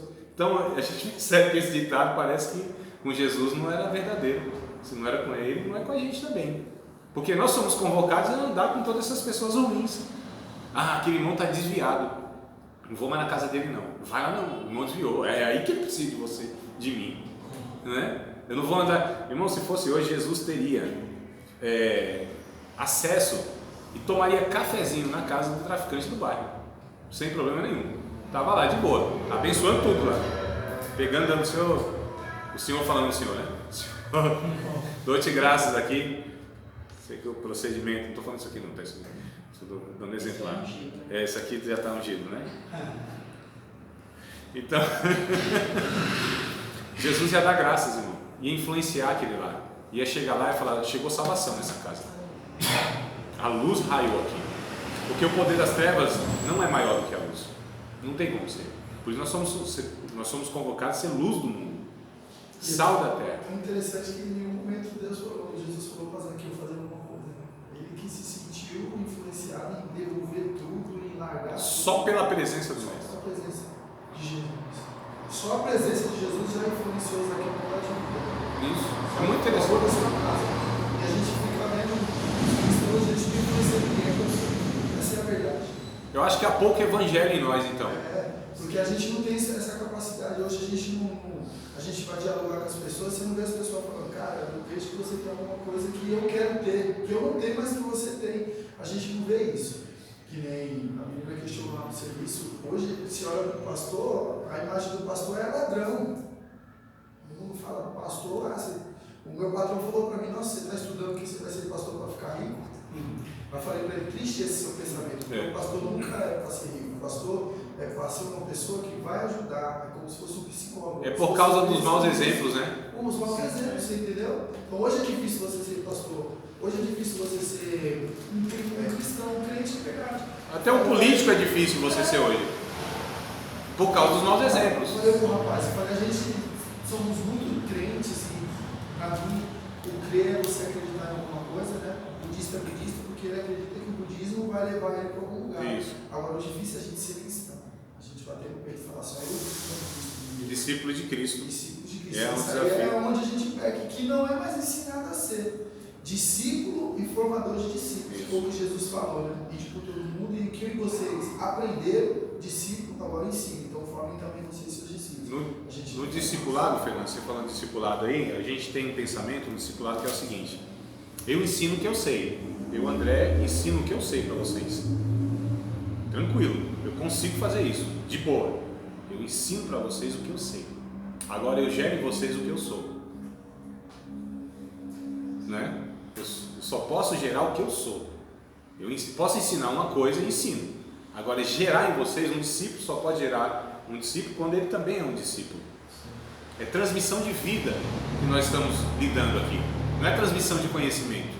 É transmissão de natureza que nós estamos falando. Não é transmissão de compreensão teológica, de saber teológico. É compreensão mesmo de natureza. Eu sou um discípulo de Jesus. Se eu sou um discípulo de Jesus, eu vou gerar um outro discípulo. Filho de peixe é o quê? Peixinho, não pode ser sapo. Jacaré. Ou cobra. Esse é o entendimento. Por quê? Porque uma natureza só pode gerar segundo a sua natureza. Não é? Então um discípulo verdadeiro, ele vai gerar no outro discípulo o discipulado genuíno. Porque ele é um discípulo. Jesus só pode gerar só pessoas salvas. Não pode gerar pessoas perdidas. Porque a natureza de Cristo não permite outra coisa. Não é só o que Jesus falou, ensinou, é o que ele também fez, disse em Lucas, em Atos e em Lucas também, né? Ele disse isso. O Mateus, então, quando chegam lá à conclusão no final do Sermão do Monte, se admiraram da doutrina de Jesus, porque ele ensinava e não era como os fariseus. O que o fariseu podia fazer? Gerar um outro fariseu. Ele não podia gerar um discípulo de Cristo, porque ele não era. E Jesus ainda disse: vocês só podem gerar porque vocês vão percorrendo o mundo todo para fazer um prosélito. E vocês geram nesse filhos do inferno duas vezes. Porque vocês são filhos do inferno e geram outro filho do inferno. Jesus disse isso, eu não estou falando nada, só estou transmitindo a fala de Cristo, né? Para não ser processado. Então, amados, a gente percebe que esse questionamento, esse pensamento, e o que a gente está fazendo aqui é o quê? Questionando as cosmovisões. A gente está expondo aquilo que nós pensamos. Isso a gente deve fazer toda hora, todo dia, a respeito de tudo. Isso nos protege da loucura, do desvio, de ir por nossos próprios caminhos. Irmãos, não aceite tudo que é pregado nos púlpitos. Não acredite em tudo que é ensinado em sala de aula. Não, questione. Isso não é incredulidade. Isso é um senso crítico que a gente deve desenvolver e um discernimento bíblico-teológico que a gente deve adquirir. Para que a gente ouça, porque assim, tem aquele versículo bíblico que diz assim, examinai tudo, né? E retende o que é bem. Examine tudo. Tudo tem que examinar. O que é examinar? É detalhadamente você... A gente não tem esse perfil, infelizmente, principalmente nas nossas igrejas pentecostais, né? Acho que todos aqui são pentecostais, né? Todos, inclusive eu. A gente não tem essa proposta muitas vezes de uma mensagem reflexiva. O cunho das mensagens que nós temos, inclusive das músicas, são de cunho emocional. Seja o tom de voz, seja a forma que é apresentado, seja as palavras que são usadas. Eu não tenho nada contra Ah, o pregador tá lá pregando e o outro lá no pianinho. Não é essa a questão. A questão é que às vezes o ambiente que é criado não favorece a reflexão, mas gera a emoção. A emoção é de todo ruim? Claro que não, faz parte da natureza humana, está tudo certinho. Só que nós precisamos, amados, refletir muito mais do que nos emocionarmos. Se a emoção vem como fruto de um entendimento, ótimo, louvado seja Deus, porque o entendimento foi transformado. Nessa compreensão, meu ser se derrama e se quebranta diante de Deus. E aí o quebrantamento é a ponte entre o conhecimento e o fazer. Então, eu sei muita coisa, talvez não faço, porque não existe o quebrantamento no meio do caminho. Mas um quebrantamento fazendo sem um conhecimento, nossa, pode gerar tanta coisa ruim, irmãos. Tanta coisa ruim. Porque por que você fez? Eu sinto. E aí se sente tanta coisa, não é? Sente um monte de coisa. E alguns só fazem algumas coisas se sentir. Não, eu faço porque eu sei, é convicção. Eu, André, inclusive, não preciso que ninguém me fale nada para fazer coisa alguma daquilo que já está escrito na Bíblia. E tudo aquilo que falar que não está escrito na Bíblia não é de Deus. Então eu não preciso. Eu não estou dizendo que Deus não se comunica comigo através de profecias, de sonhos, de visões e etc e tal. Mas, amados, são momentos específicos. Isso não é regra para mim. Deus me orienta pela Bíblia, né? De vez em quando a angústia é tão grande que nem a Bíblia a gente abre. Aí Deus usa outros meios para nos socorrer, que a força não tem de você virar a página assim, né? Aí Deus usa muitos meios, de muitas maneiras, mas não é regra, são exceções, momentos pontuais da vida. Estou falando comigo, a minha experiência de vida, né? Ângela, tu quer dizer, diga. Sim, você está falando sobre questionamento, mas você concorda que às vezes a gente questiona por causa de liderança? A gente coloca as nossas ideias para um líder e muitos não aceitam e chamam a gente de rebelde? Sim, Ovelha, professor faz isso também. pode chegar. Então você está entendendo? Sim. Professor faz isso. Não aceita. Só não tem interesse. Amados, é isso que eu disse, a gente não deve ter medo de ser questionado. Inclusive, nós lemos no começo da aula aqui, se alguém vir pedir a razão da esperança que há em nós, tranquilamente, Cristo, o Senhor. Por quê?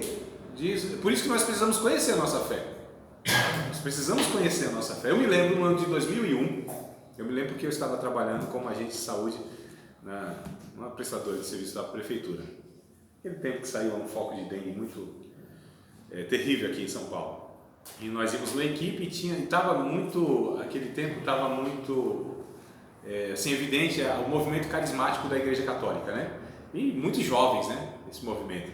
E um jovenzinho lá, carismático e tal, comecei a conversar com ele, e eu expliquei para ele o que era o carismatismo e tal, aquela coisa toda.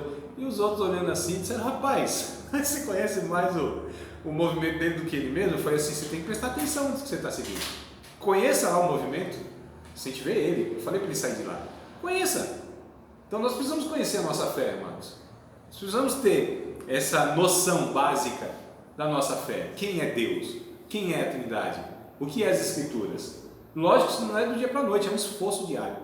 Irmão, sabe que nós, cristãos, brasileiros principalmente, desprezamos aquilo que nós deveríamos dar muito mais atenção, ou seja, que é a verdade da Bíblia. Nós terceirizamos isso, como terceirizamos um monte de coisa. A gente negligencia isso. É por isso que nós temos uma igreja evangélica brasileira mística, que acredita em tudo, menos na Bíblia. Eu fico espantado. Em tudo, você pega os crentes assim, acreditam em tudo, menos na Bíblia. Não é um negócio assustador? Então você olha assim, mas como que crê nesse negócio? Aí você vai com a Bíblia? Não, porque o empirismo, a experiência pessoal, fala mais alto do que as Escrituras. É isso que acontece. E muitos lugares vira regra, né? Sim. Então, queridos, a gente precisa entender que o livro de Eclesiastes, por exemplo, é uma amostra para nós de que nós, como cristãos, servos de Deus, devemos sim procurar entender as questões da vida. Ele chama a atenção, capítulo 12 aqui, ó, vocês estavam no 8, né? Vira a página. Capítulo 12. Ele chama a atenção dos seus leitores a prestar atenção na sua instrução. Ele diz, lembra do teu Criador nos dias da tua mocidade, antes que venham os maus dias e cheguem os anos dos quais venham a dizer, não tenho neles contentamento. Aí eu quero ler com vocês o verso 2, mais em uma versão aqui, para a gente refletir um pouco mais. Vou ler aqui, tá? Preste atenção porque é diferente da que vocês têm aí.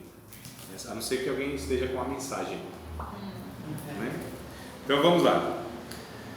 Honre e alegre-se no seu Criador enquanto você ainda é jovem, antes que os anos mandem a cobrança e seu vigor se vá, antes que a visão falhe, o mundo escureça, antes que o inverno leve você a procurar a lareira.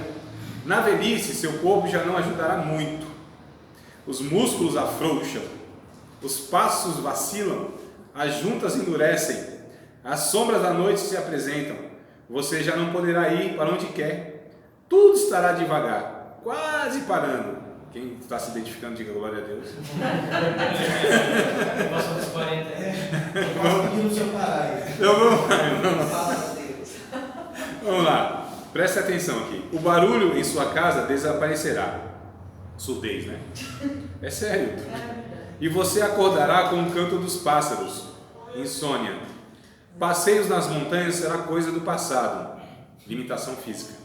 Mesmo uma simples caminhada o preocupará. Sim, medo de cair, quebrar o fêmur, né?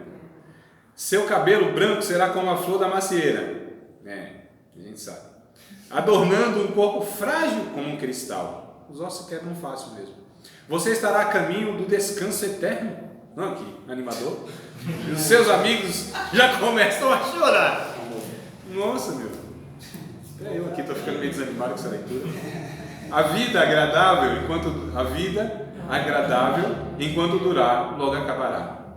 A vida frágil como porcelana, preciosa e bela, terminará.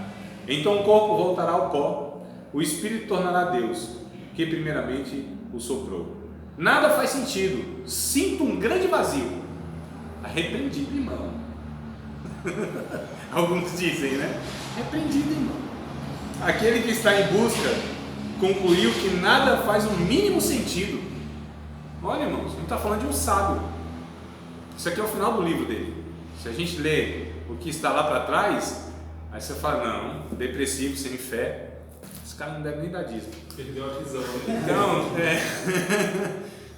percebam, amados, que a gente precisa entender que a vida, ela muitas vezes não faz sentido, porque nós não entendemos que a nossa vida, na verdade, ela é projetada para a eternidade. Então, qual é a visão correta, no meu entender, na minha cosmovisão, né? Qual é como a gente deve pensar, qual a referência que a gente deve ter da vida? Eternidade. Tudo eu avalio pela eternidade. O que eu faço hoje? O que vale o meu esforço? O que vale o meu investimento? Seja tempo, seja intelectual, seja espiritual, seja financeiro, o que vale? Como que eu entendo que eu devo fazer aquilo? Se, na minha opinião, se aquilo que eu faço vai ser levado para a eternidade, porque tudo que eu faço, se não desembocar na eternidade, se não tiver duração eterna, não vale a pena, é perca de tempo, não vale. Jesus disse lá em Lucas, ou Lucas disse que Jesus disse lá em Lucas, que nós devemos granjear amigos com essas riquezas injustas, que a maioria das riquezas são de procedência injusta, para que nas mansões celestiais eles nos recebam. Então tudo, irmãos, que nós levaremos para a eternidade são relações de amizade, porque só existe uma relação verdadeira, é a relação de amizade, não é de marido e mulher, pai e filho, não. A única relação, e a relação que mais se aproxima do amor é a amizade. Há cônjuges que são cônjuges, mas não são amigos. Tem intimidade na cama, mas não tem no segredado do coração. Há pais que geraram filhos, mas esses filhos não têm um pai comum. Confiança, não tem amizade, não são amigos. Jesus, ele nos fala assim, capítulo 15 de João, né, Evangelho. Eu não chamo vocês mais de servos. O servo não sabe tudo quanto faz o seu Senhor, mas chamo vocês de amigos. Olha que coisa interessante. O vínculo mais estreito entre seres humanos é a amizade. Amigo muito mais chegado do que um irmão. É melhor um amigo Longe que fala do que um vizinho perto ou ao contrário? Provérbios, e agora? Procure aí em Provérbios aí. Isso é proposital. Hoje, perdoa, mentira, né? Não, que eu me confundi mesmo. Depois a gente acha junto aí, para não dispersar aqui.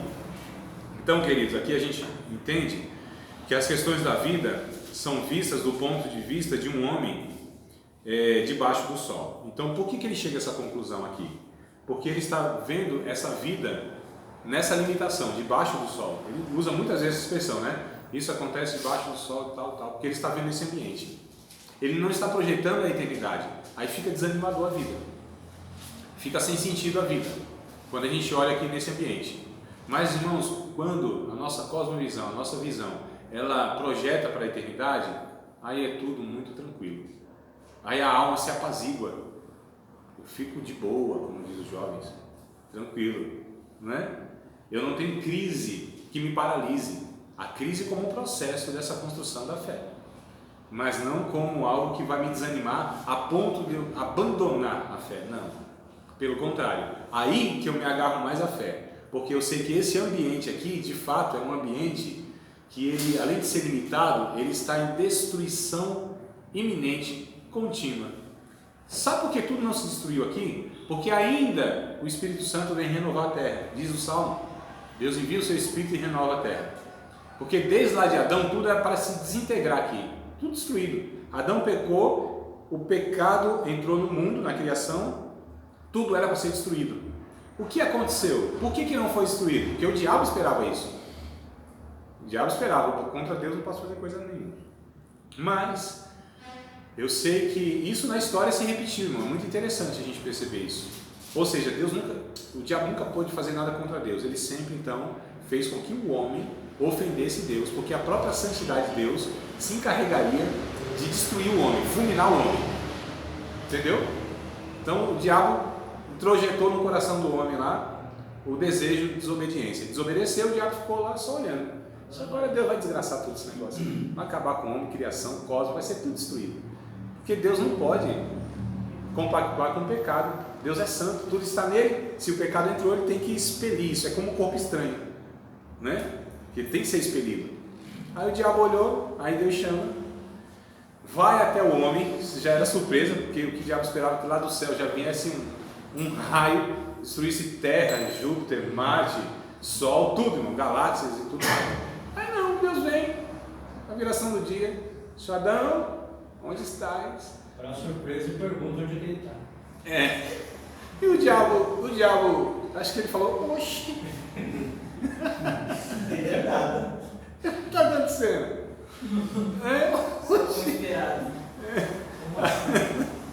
É porque antes que Deus dissesse haja luz, ele disse haja cruz, né? Haja cruz. Jesus, antes da fundação do mundo, foi oferecido como sacrifício. Antes da fundação do mundo. Já estava tudo certo. Já. Então olha que coisa interessante. Aí o cosmos manchado pelo sangue de Cristo, desde sempre. Né? E aí esse homem agora, Deus o chama e o resgata. Embora as consequências vieram, mas Deus continuou se relacionando então com esses seres humanos. Nós estamos inclusos nisso, tá? Somos seres humanos. A gente foi sendo por Deus resgatado. E é interessante que o Salomão aqui, nesse livro, ele vê que tudo aqui não tem sentido, e não tem mesmo sentido, irmãos. Você pode viver, o Salomão diz isso, vamos ver se eu acho aqui, esse texto, ele diz que você pode viver 100 anos, você pode ter a unção do coelho, gerar muitos filhos. É o que diz aqui, ó. Vocês nunca leram isso, não? Tem um simbolzinho aí que está questão do céu, não para. Eu não tenho nada a ver se vocês não leem Bíblia, não. Tá aqui escrito, é certo? Que o cara pode. Deixa eu ver se eu acho aqui. Capítulo 6 de Eclesiastes. Vai ter a campanha agora. Essas horas eu sei que não é permitido falar algumas coisas, mas eu vou postar depois das 10 da noite, tá? Para não ter erro. Então vamos lá, capítulo de número 6 de Eclesiastes. Olha que coisa interessante, versículo de número 3. Se o homem gerar 100 filhos, não é a unção do coelho?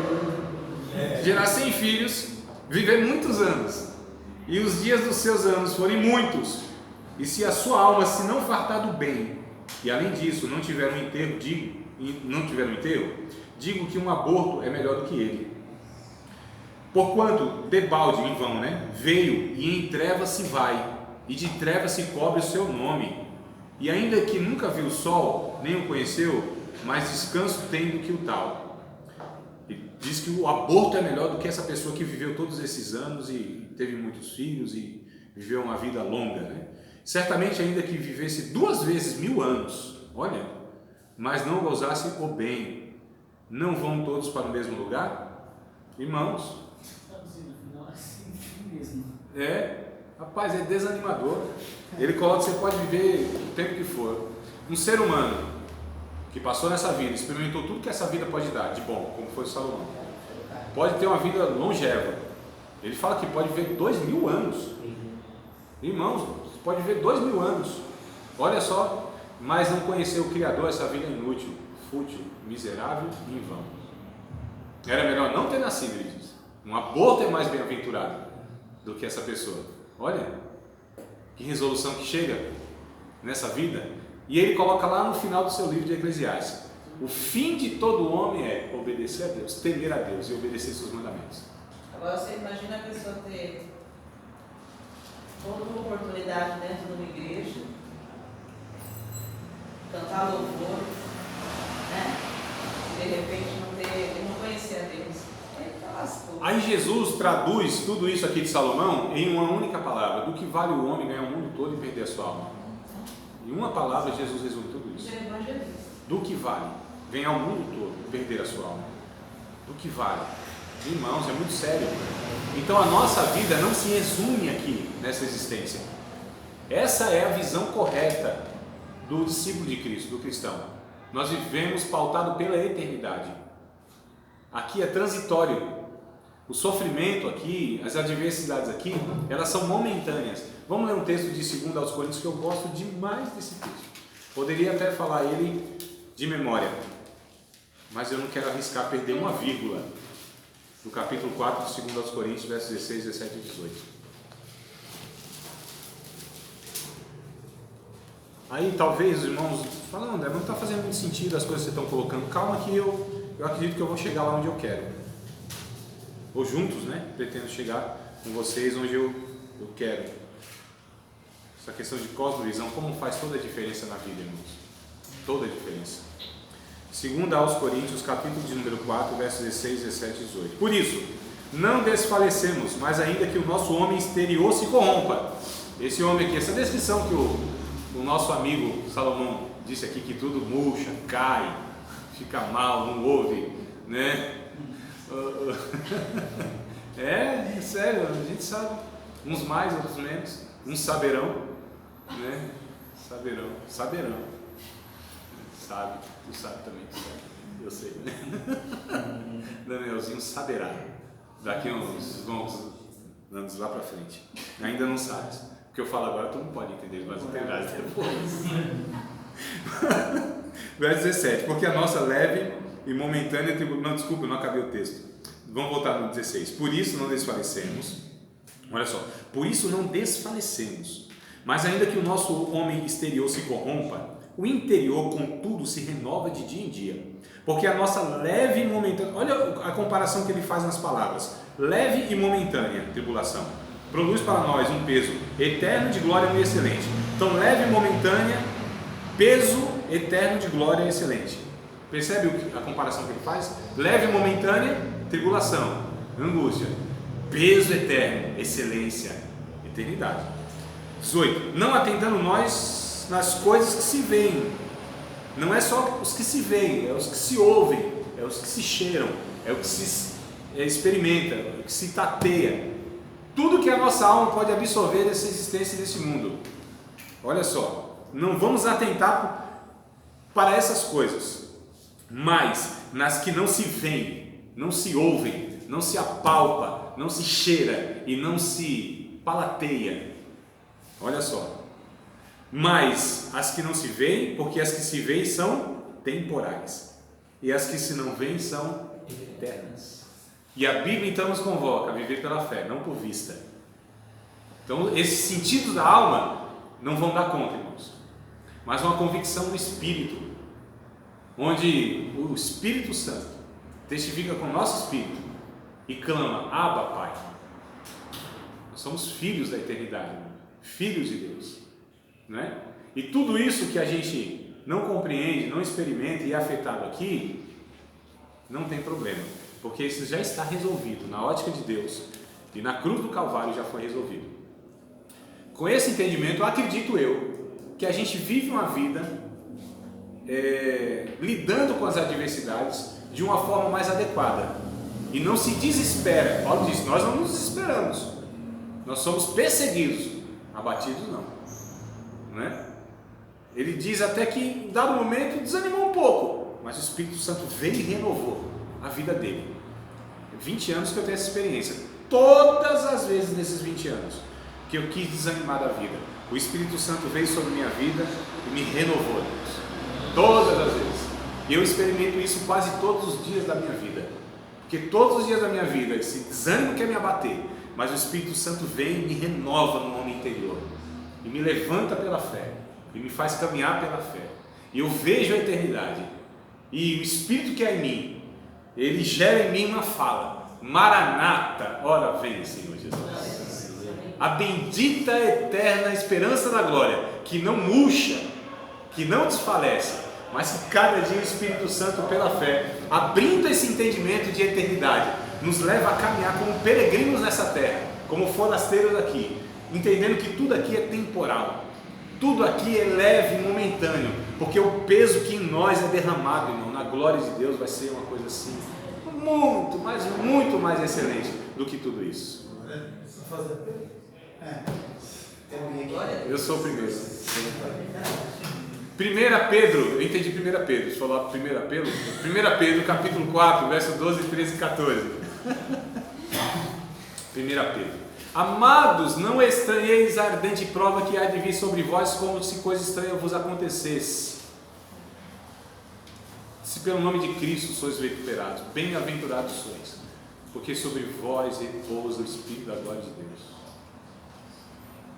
Esse é o entendimento, amados. Não é? Coisa estranha nos aconteceu, não. Cosmovisão. Esse mundo está no caos. Esse mundo aqui está de mal a pior, indo para o buraco, irmãos. Não é visão pessimista, é realista, mas nós vivemos com outra perspectiva, com uma expectação da eternidade. Esse é o nosso entendimento. É por isso que a nossa âncora não é para baixo, disse o autor dos Hebreus, é para cima. Nossa âncora está firme nos céus. Quando a gente não se frustra muito com as coisas que estão acontecendo aqui, é porque a gente está perdendo essa perspectiva da eternidade. Desculpa, Fernando, eu não compreendi. Repita. Não, porque esse dia eu mandei uma mensagem para o meu colega meu, ele falou que ele estava frustrado, desanimado com aquelas coisas que estavam acontecendo aqui na terra. Ele falou: não aguento mais, estou desanimado. Para esse mundo que eu quero descer, eu queria ir para outro. Jesus não volta logo. Eu falei para ele: cara, mas sua expectativa tem que estar naquilo que nós estamos buscando, que é a eternidade e tal. Eu creio que se encaixa um pouco nisso que o senhor está falando. Sim. Uma pessoa se frustra muito, porque tem coisa que vai acontecer, não adianta, a gente não vai mudar isso. A gente que fala: vamos orar porque as coisas aqui estão feias. Assim. Nós não nos conformamos por um lado, mas nós entendemos que quem está restaurando as coisas é o próprio Deus, e que as coisas aqui não serão consumadas na plenitude. Nós esperamos novos céus e nova terra, onde habita a justiça, diz o Apocalipse, né? Nós aguardamos esse reino milenar, nós aguardamos a vinda do Senhor Jesus Cristo, cheio de glória, com seus anjos. Nós aguardamos o triunfo final na história, acabando com toda a injustiça. Enquanto isso, nós vamos sendo sal e luz, preservando tudo isso, sendo a igreja militante de Cristo, entrando nos becos, nos valados, né? A gente vai como Jesus disse que a gente tinha que ir, entrar no inferno. Nós fomos chamados para ir para o inferno. Para ir para o inferno, sabia não, não? Foi chamado para ir para o inferno. Vai lá no inferno, resgata os que estão lá, traz para cá. Vai lá no inferno, resgata e traz para cá. E as portas do inferno não prevalecem contra a igreja de Cristo. Ele disse: os demônios ficam doidinhos, crente entrando e saindo toda hora. E essa porta do inferno não aguenta. E a gente vai no inferno e traz. Vai no inferno. Nós somos chamados, irmãos, para ir para o inferno. Salvos para ir para o inferno. Né? Nós vamos para o inferno. Esse dá uma boa mensagem. Dá aí, ó. Tá vendo? Eu tô falando, só falando aqui. Ele já tem umas 6 mensagens lá. Agora eu Até entendi. dezembro. Eu fui o irmão pregando e falou assim: porque crente que é crente, ele é crente até no inferno. Lógico que é. Só se for pra ir, mas não pra ficar permanente, né? Não, o lugar tanto faz. Esse eu entendi. O lugar tanto faz. Senhor, para onde nós vamos? Onde está escrito esse raio específico? Não está. Para quem iremos? Para onde? Tanto faz. Jesus, onde é que se deve adorar? Na Assembleia ou Presbiteriana? Não, lugar nenhum. A hora vem, agora é que os verdadeiros adoradores adorarão o Pai em espírito e em verdade. Não é em lugar nenhum. Tanto faz. Eu já falei para vocês em outras vezes. Jesus fala assim: André, vamos para o inferno? Me demorou, Jesus, é agora, para já. Não, com o Senhor eu vou. Eu sei que ele vai lá, chegando no inferno, apaga o fogo, expulsa o diabo, que ele vai virar o céu. Não é não? Então, nós, lugar, tanto faz, amados. Nós vivemos na perspectiva da eternidade. Onde é o nosso lugar? Na eternidade, com Deus. Porque existe uma eternidade sem Deus. Com Deus. Mas o céu só é céu porque o Criador está lá manifestando a sua glória. Só é céu por isso. Porque senão esse céu seria um inferno. Ou pior do que o inferno. Seria uma ilusão de Deus sem Deus. Né? Que muitas vezes as pessoas querem fazer na terra. Um céu, meu irmão, só vitória. Se melhorar, vira festa. Infeliz. Para quem que vira festa? Alienado, omisso, egoísta. Olha para a África, olha para o Haiti, olha para o Nordeste, olha para o Rio de Janeiro, as periferias. Vira festa para quem? O negócio aqui está feio. Né? Agora a gente é desanimado por causa disso? Claro que não. Nós somos agentes do reino, apontamos o reino, falamos: o reino de Deus chegou aqui. Existe paz, existe justiça, existe alegria no Espírito Santo, porque essas são as virtudes do reino. Romanos 14, 17. O reino de Deus não é comida nem bebida, mas justiça, paz e alegria no Espírito Santo. E aí ninguém entende como um cristão vive umas adversidades tão grandes e mesmo assim um espírito vivo, alegria estampada na alma, não é? Os olhos brilhando de vida. Não entende. Uma tribulação, uma angústia, às vezes o peso da provação assim vai nos curvando, mas a gente entende que essa curvatura vai nos aproximando mais da terra e a gente vê nossa limitação, e a gente ergue os nossos olhos aos montes. De onde virá o socorro? Deles? Não. Nosso socorro vem do Senhor, que fez os céus e a terra. Né? Então nós entendemos, nós compreendemos, nosso entendimento de mundo é que nós vivemos e devemos viver a partir dos valores eternos. Tudo que devemos fazer, tudo que vale a pena o nosso esforço, é se isso redundará em glórias a Deus e se isso nós poderemos carregar para a eternidade. Se não, amados, a terra vai comer, vai ficar por aqui e aí é inútil o nosso esforço. Esse, para mim, deve ser o entendimento correto do discípulo de Cristo. Vocês querem falar alguma coisa fácil e rápida? Alguma pergunta fácil e rápida? Ai, Deus do céu. Não? Tudo certo? Tudo bem? O livro de Hebreus diz que a gente não tem moradia perpétua aqui, né? Mas esperamos a vindoura, né? Exato. Eu percebo assim, o que eu tenho de entendimento, André, que tem muita pessoa que se desanima porque vive aqui na Terra uma perspectiva de vida ótima, né? Muito boa, né? Um exemplo disso a gente tira de Asaf, né? Que ele começou dizendo no Salmo 73, que Deus é bom para Israel, né? Mas aí ele começa dizendo: mas por que o ímpio prospera e o justo vive nessa miséria? Isso é uma crise nossa, né? E aí ele começa dizendo tudo aquilo, mas aí no Salmo, no versículo que Salmo 73 o Daniel está citando, viu? É o Asaf. No versículo 16 ele diz assim: quando pensava em compreender isto, foi para mim sobre um modo muito difícil. A comparação. É muito difícil de entender isso. Como é para a gente entender isso, né? Sem dúvida. Porque a gente acha que Deus vai favorecer sempre os cristãos, a vida vai ser sempre boa para a gente aqui na terra. Isso é um entendimento errado, é uma cosmovisão equivocada. Agora o nome do Asaf, sabe qual que é? Gilmar, Raio, Fernando, Ângela, Elito, Anderson. Diga. Vou aproveitar e fazer Bem, uma tu também. observação. Não, tu também. Tá. Interessante isso. Até falei na igreja, né? Vou trazer isso nas ministrações. E a gente está aqui onde a gente não vai estar livre disso. E o que me deixa intrigado e com raiva, eu brinco assim, Uma raiva santa, né? É quando vem alguém e fala que quando a gente está passando por algum tipo de adversidade, é porque nós estamos falhando em alguma coisa. É isso que me deixa... É esse entendimento equivocado, Gilmar. É esse entendimento, queridos. Vocês percebam então que é de suma importância nós entendermos essa realidade do mundo, essa visão. Quem tem uma cosmovisão bíblica adequada sofre menos no sentido de compreender que tem coisas que não vão ser solucionadas. Isso não é falta de fé. Tem coisas que não vão ser totalmente compreendidas e explicadas. Isso não é falta de fé e nem de sabedoria, pelo contrário, é a própria sabedoria, entendendo de fato que há muita coisa entre os céus e a terra, que a nossa vã filosofia não pode compreender. Alguém disse isso aí, não sabe? Não tem nada a ver com a Bíblia aqui, a frase eu estou falando. Mas biblicamente tem tudo a ver, porque de fato, amados, tem coisas que nós não vamos ter explicação. E nem resposta. O Jó, por exemplo, a gente fala aqui de Jó, fala em sofrimento, tem que falar de Jó, é impossível não falar de Jó.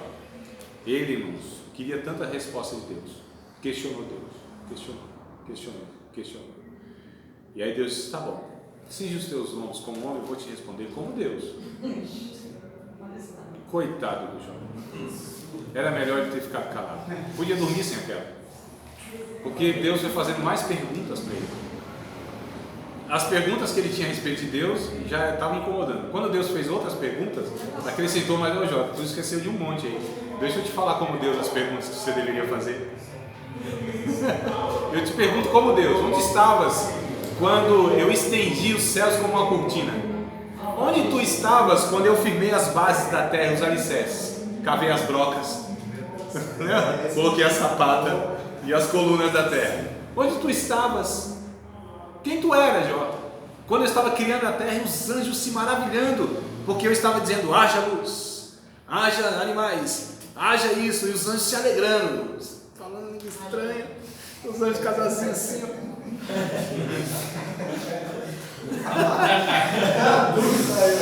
pense nos anjos, irmão, voando pra lá e pra cá, no meio do fogo, em cima do altar, os anjos assim, ó, e Deus, onde estava tu, Jó? Aí Jó murcha. Quem sou eu para questionar o Todo-Poderoso naquilo que não pode ser compreendido? Deus não reprovou seu questionamento, mas não respondeu. Pode questionar à vontade, se é a aflição da tua alma. Agora saiba que muita coisa Deus não vai responder, porque Ele é Criador. Tem uma coisa, muitas vezes não vai responder, na grande maioria das vezes não vai resolver. Isso é realidade, irmãos. Pelo menos o que eu compreendo na minha vida pessoal, ao empirismo, mas no conhecimento bíblico, não vai responder positivamente. Agora haverá uma palavra que Ele dispensará a todos nós sem exceção: a minha graça te basta. Minha graça te basta. E é o que nos basta, é a graça de Deus, que é melhor do que a compreensão e a explicação de muita coisa. A graça de Deus é melhor do que a solução dos nossos problemas. A graça de Deus é melhor do que a remoção do espinho. A graça de Deus é muito melhor do que a intervenção divina, poderosa de Deus, revertendo a situação. A graça de Deus é melhor do que a cura do câncer. A graça de Deus é melhor do que a própria vida, irmãos. A graça de Deus. Porque a graça de Deus nos mantém vivendo na presença de Deus, louvando Ele, adorando Ele, vivendo com sentido, com esperança na eternidade, com a fé cheia no coração. Oh, que coisa linda! Aí os pentecostais estão chegando. A graça de Deus é melhor do que a própria vida, irmão. É melhor. O que é a graça de Deus? São os recursos que Deus disponibiliza para nós, para que, a despeito e apesar de tudo isso, a gente continue numa caminhada rumo à eternidade. A graça de Deus é o próprio Deus. Senhor, o que o Senhor há de me dar? Lembra de Abraão? Que é a mesma coisa que a gente. O Senhor há de me dar, Senhor? Ah, Abraão, eu sou teu escudo e o teu grandíssimo galardão. Ah, Senhor, eu queria Isaac. Eu queria tanto Isaac. E Deus disse, não, antes que você desfrute do Isaac, eu quero te fazer entender que eu sou o teu desfrute maior possível na tua vida. O Isaac Vai prender o teu coração, inclusive eu vou pedir ele para provar para você que você não pode estar preso nele. O Isaac não vai satisfazer a tua alma. O Isaac é momentâneo, lembra? Momentâneo.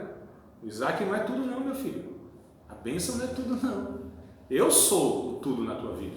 Eu sou o teu grandíssimo, é superlativo, né? Grandíssimo galardão. Então, Senhor, estou nessa vida aqui desgraçada. Uma pendenga, uma pindaíba, uma adversidade, uma luta. Deus diz para nós, estou contigo. Senhor, então está tudo certo. O Senhor está comigo mesmo?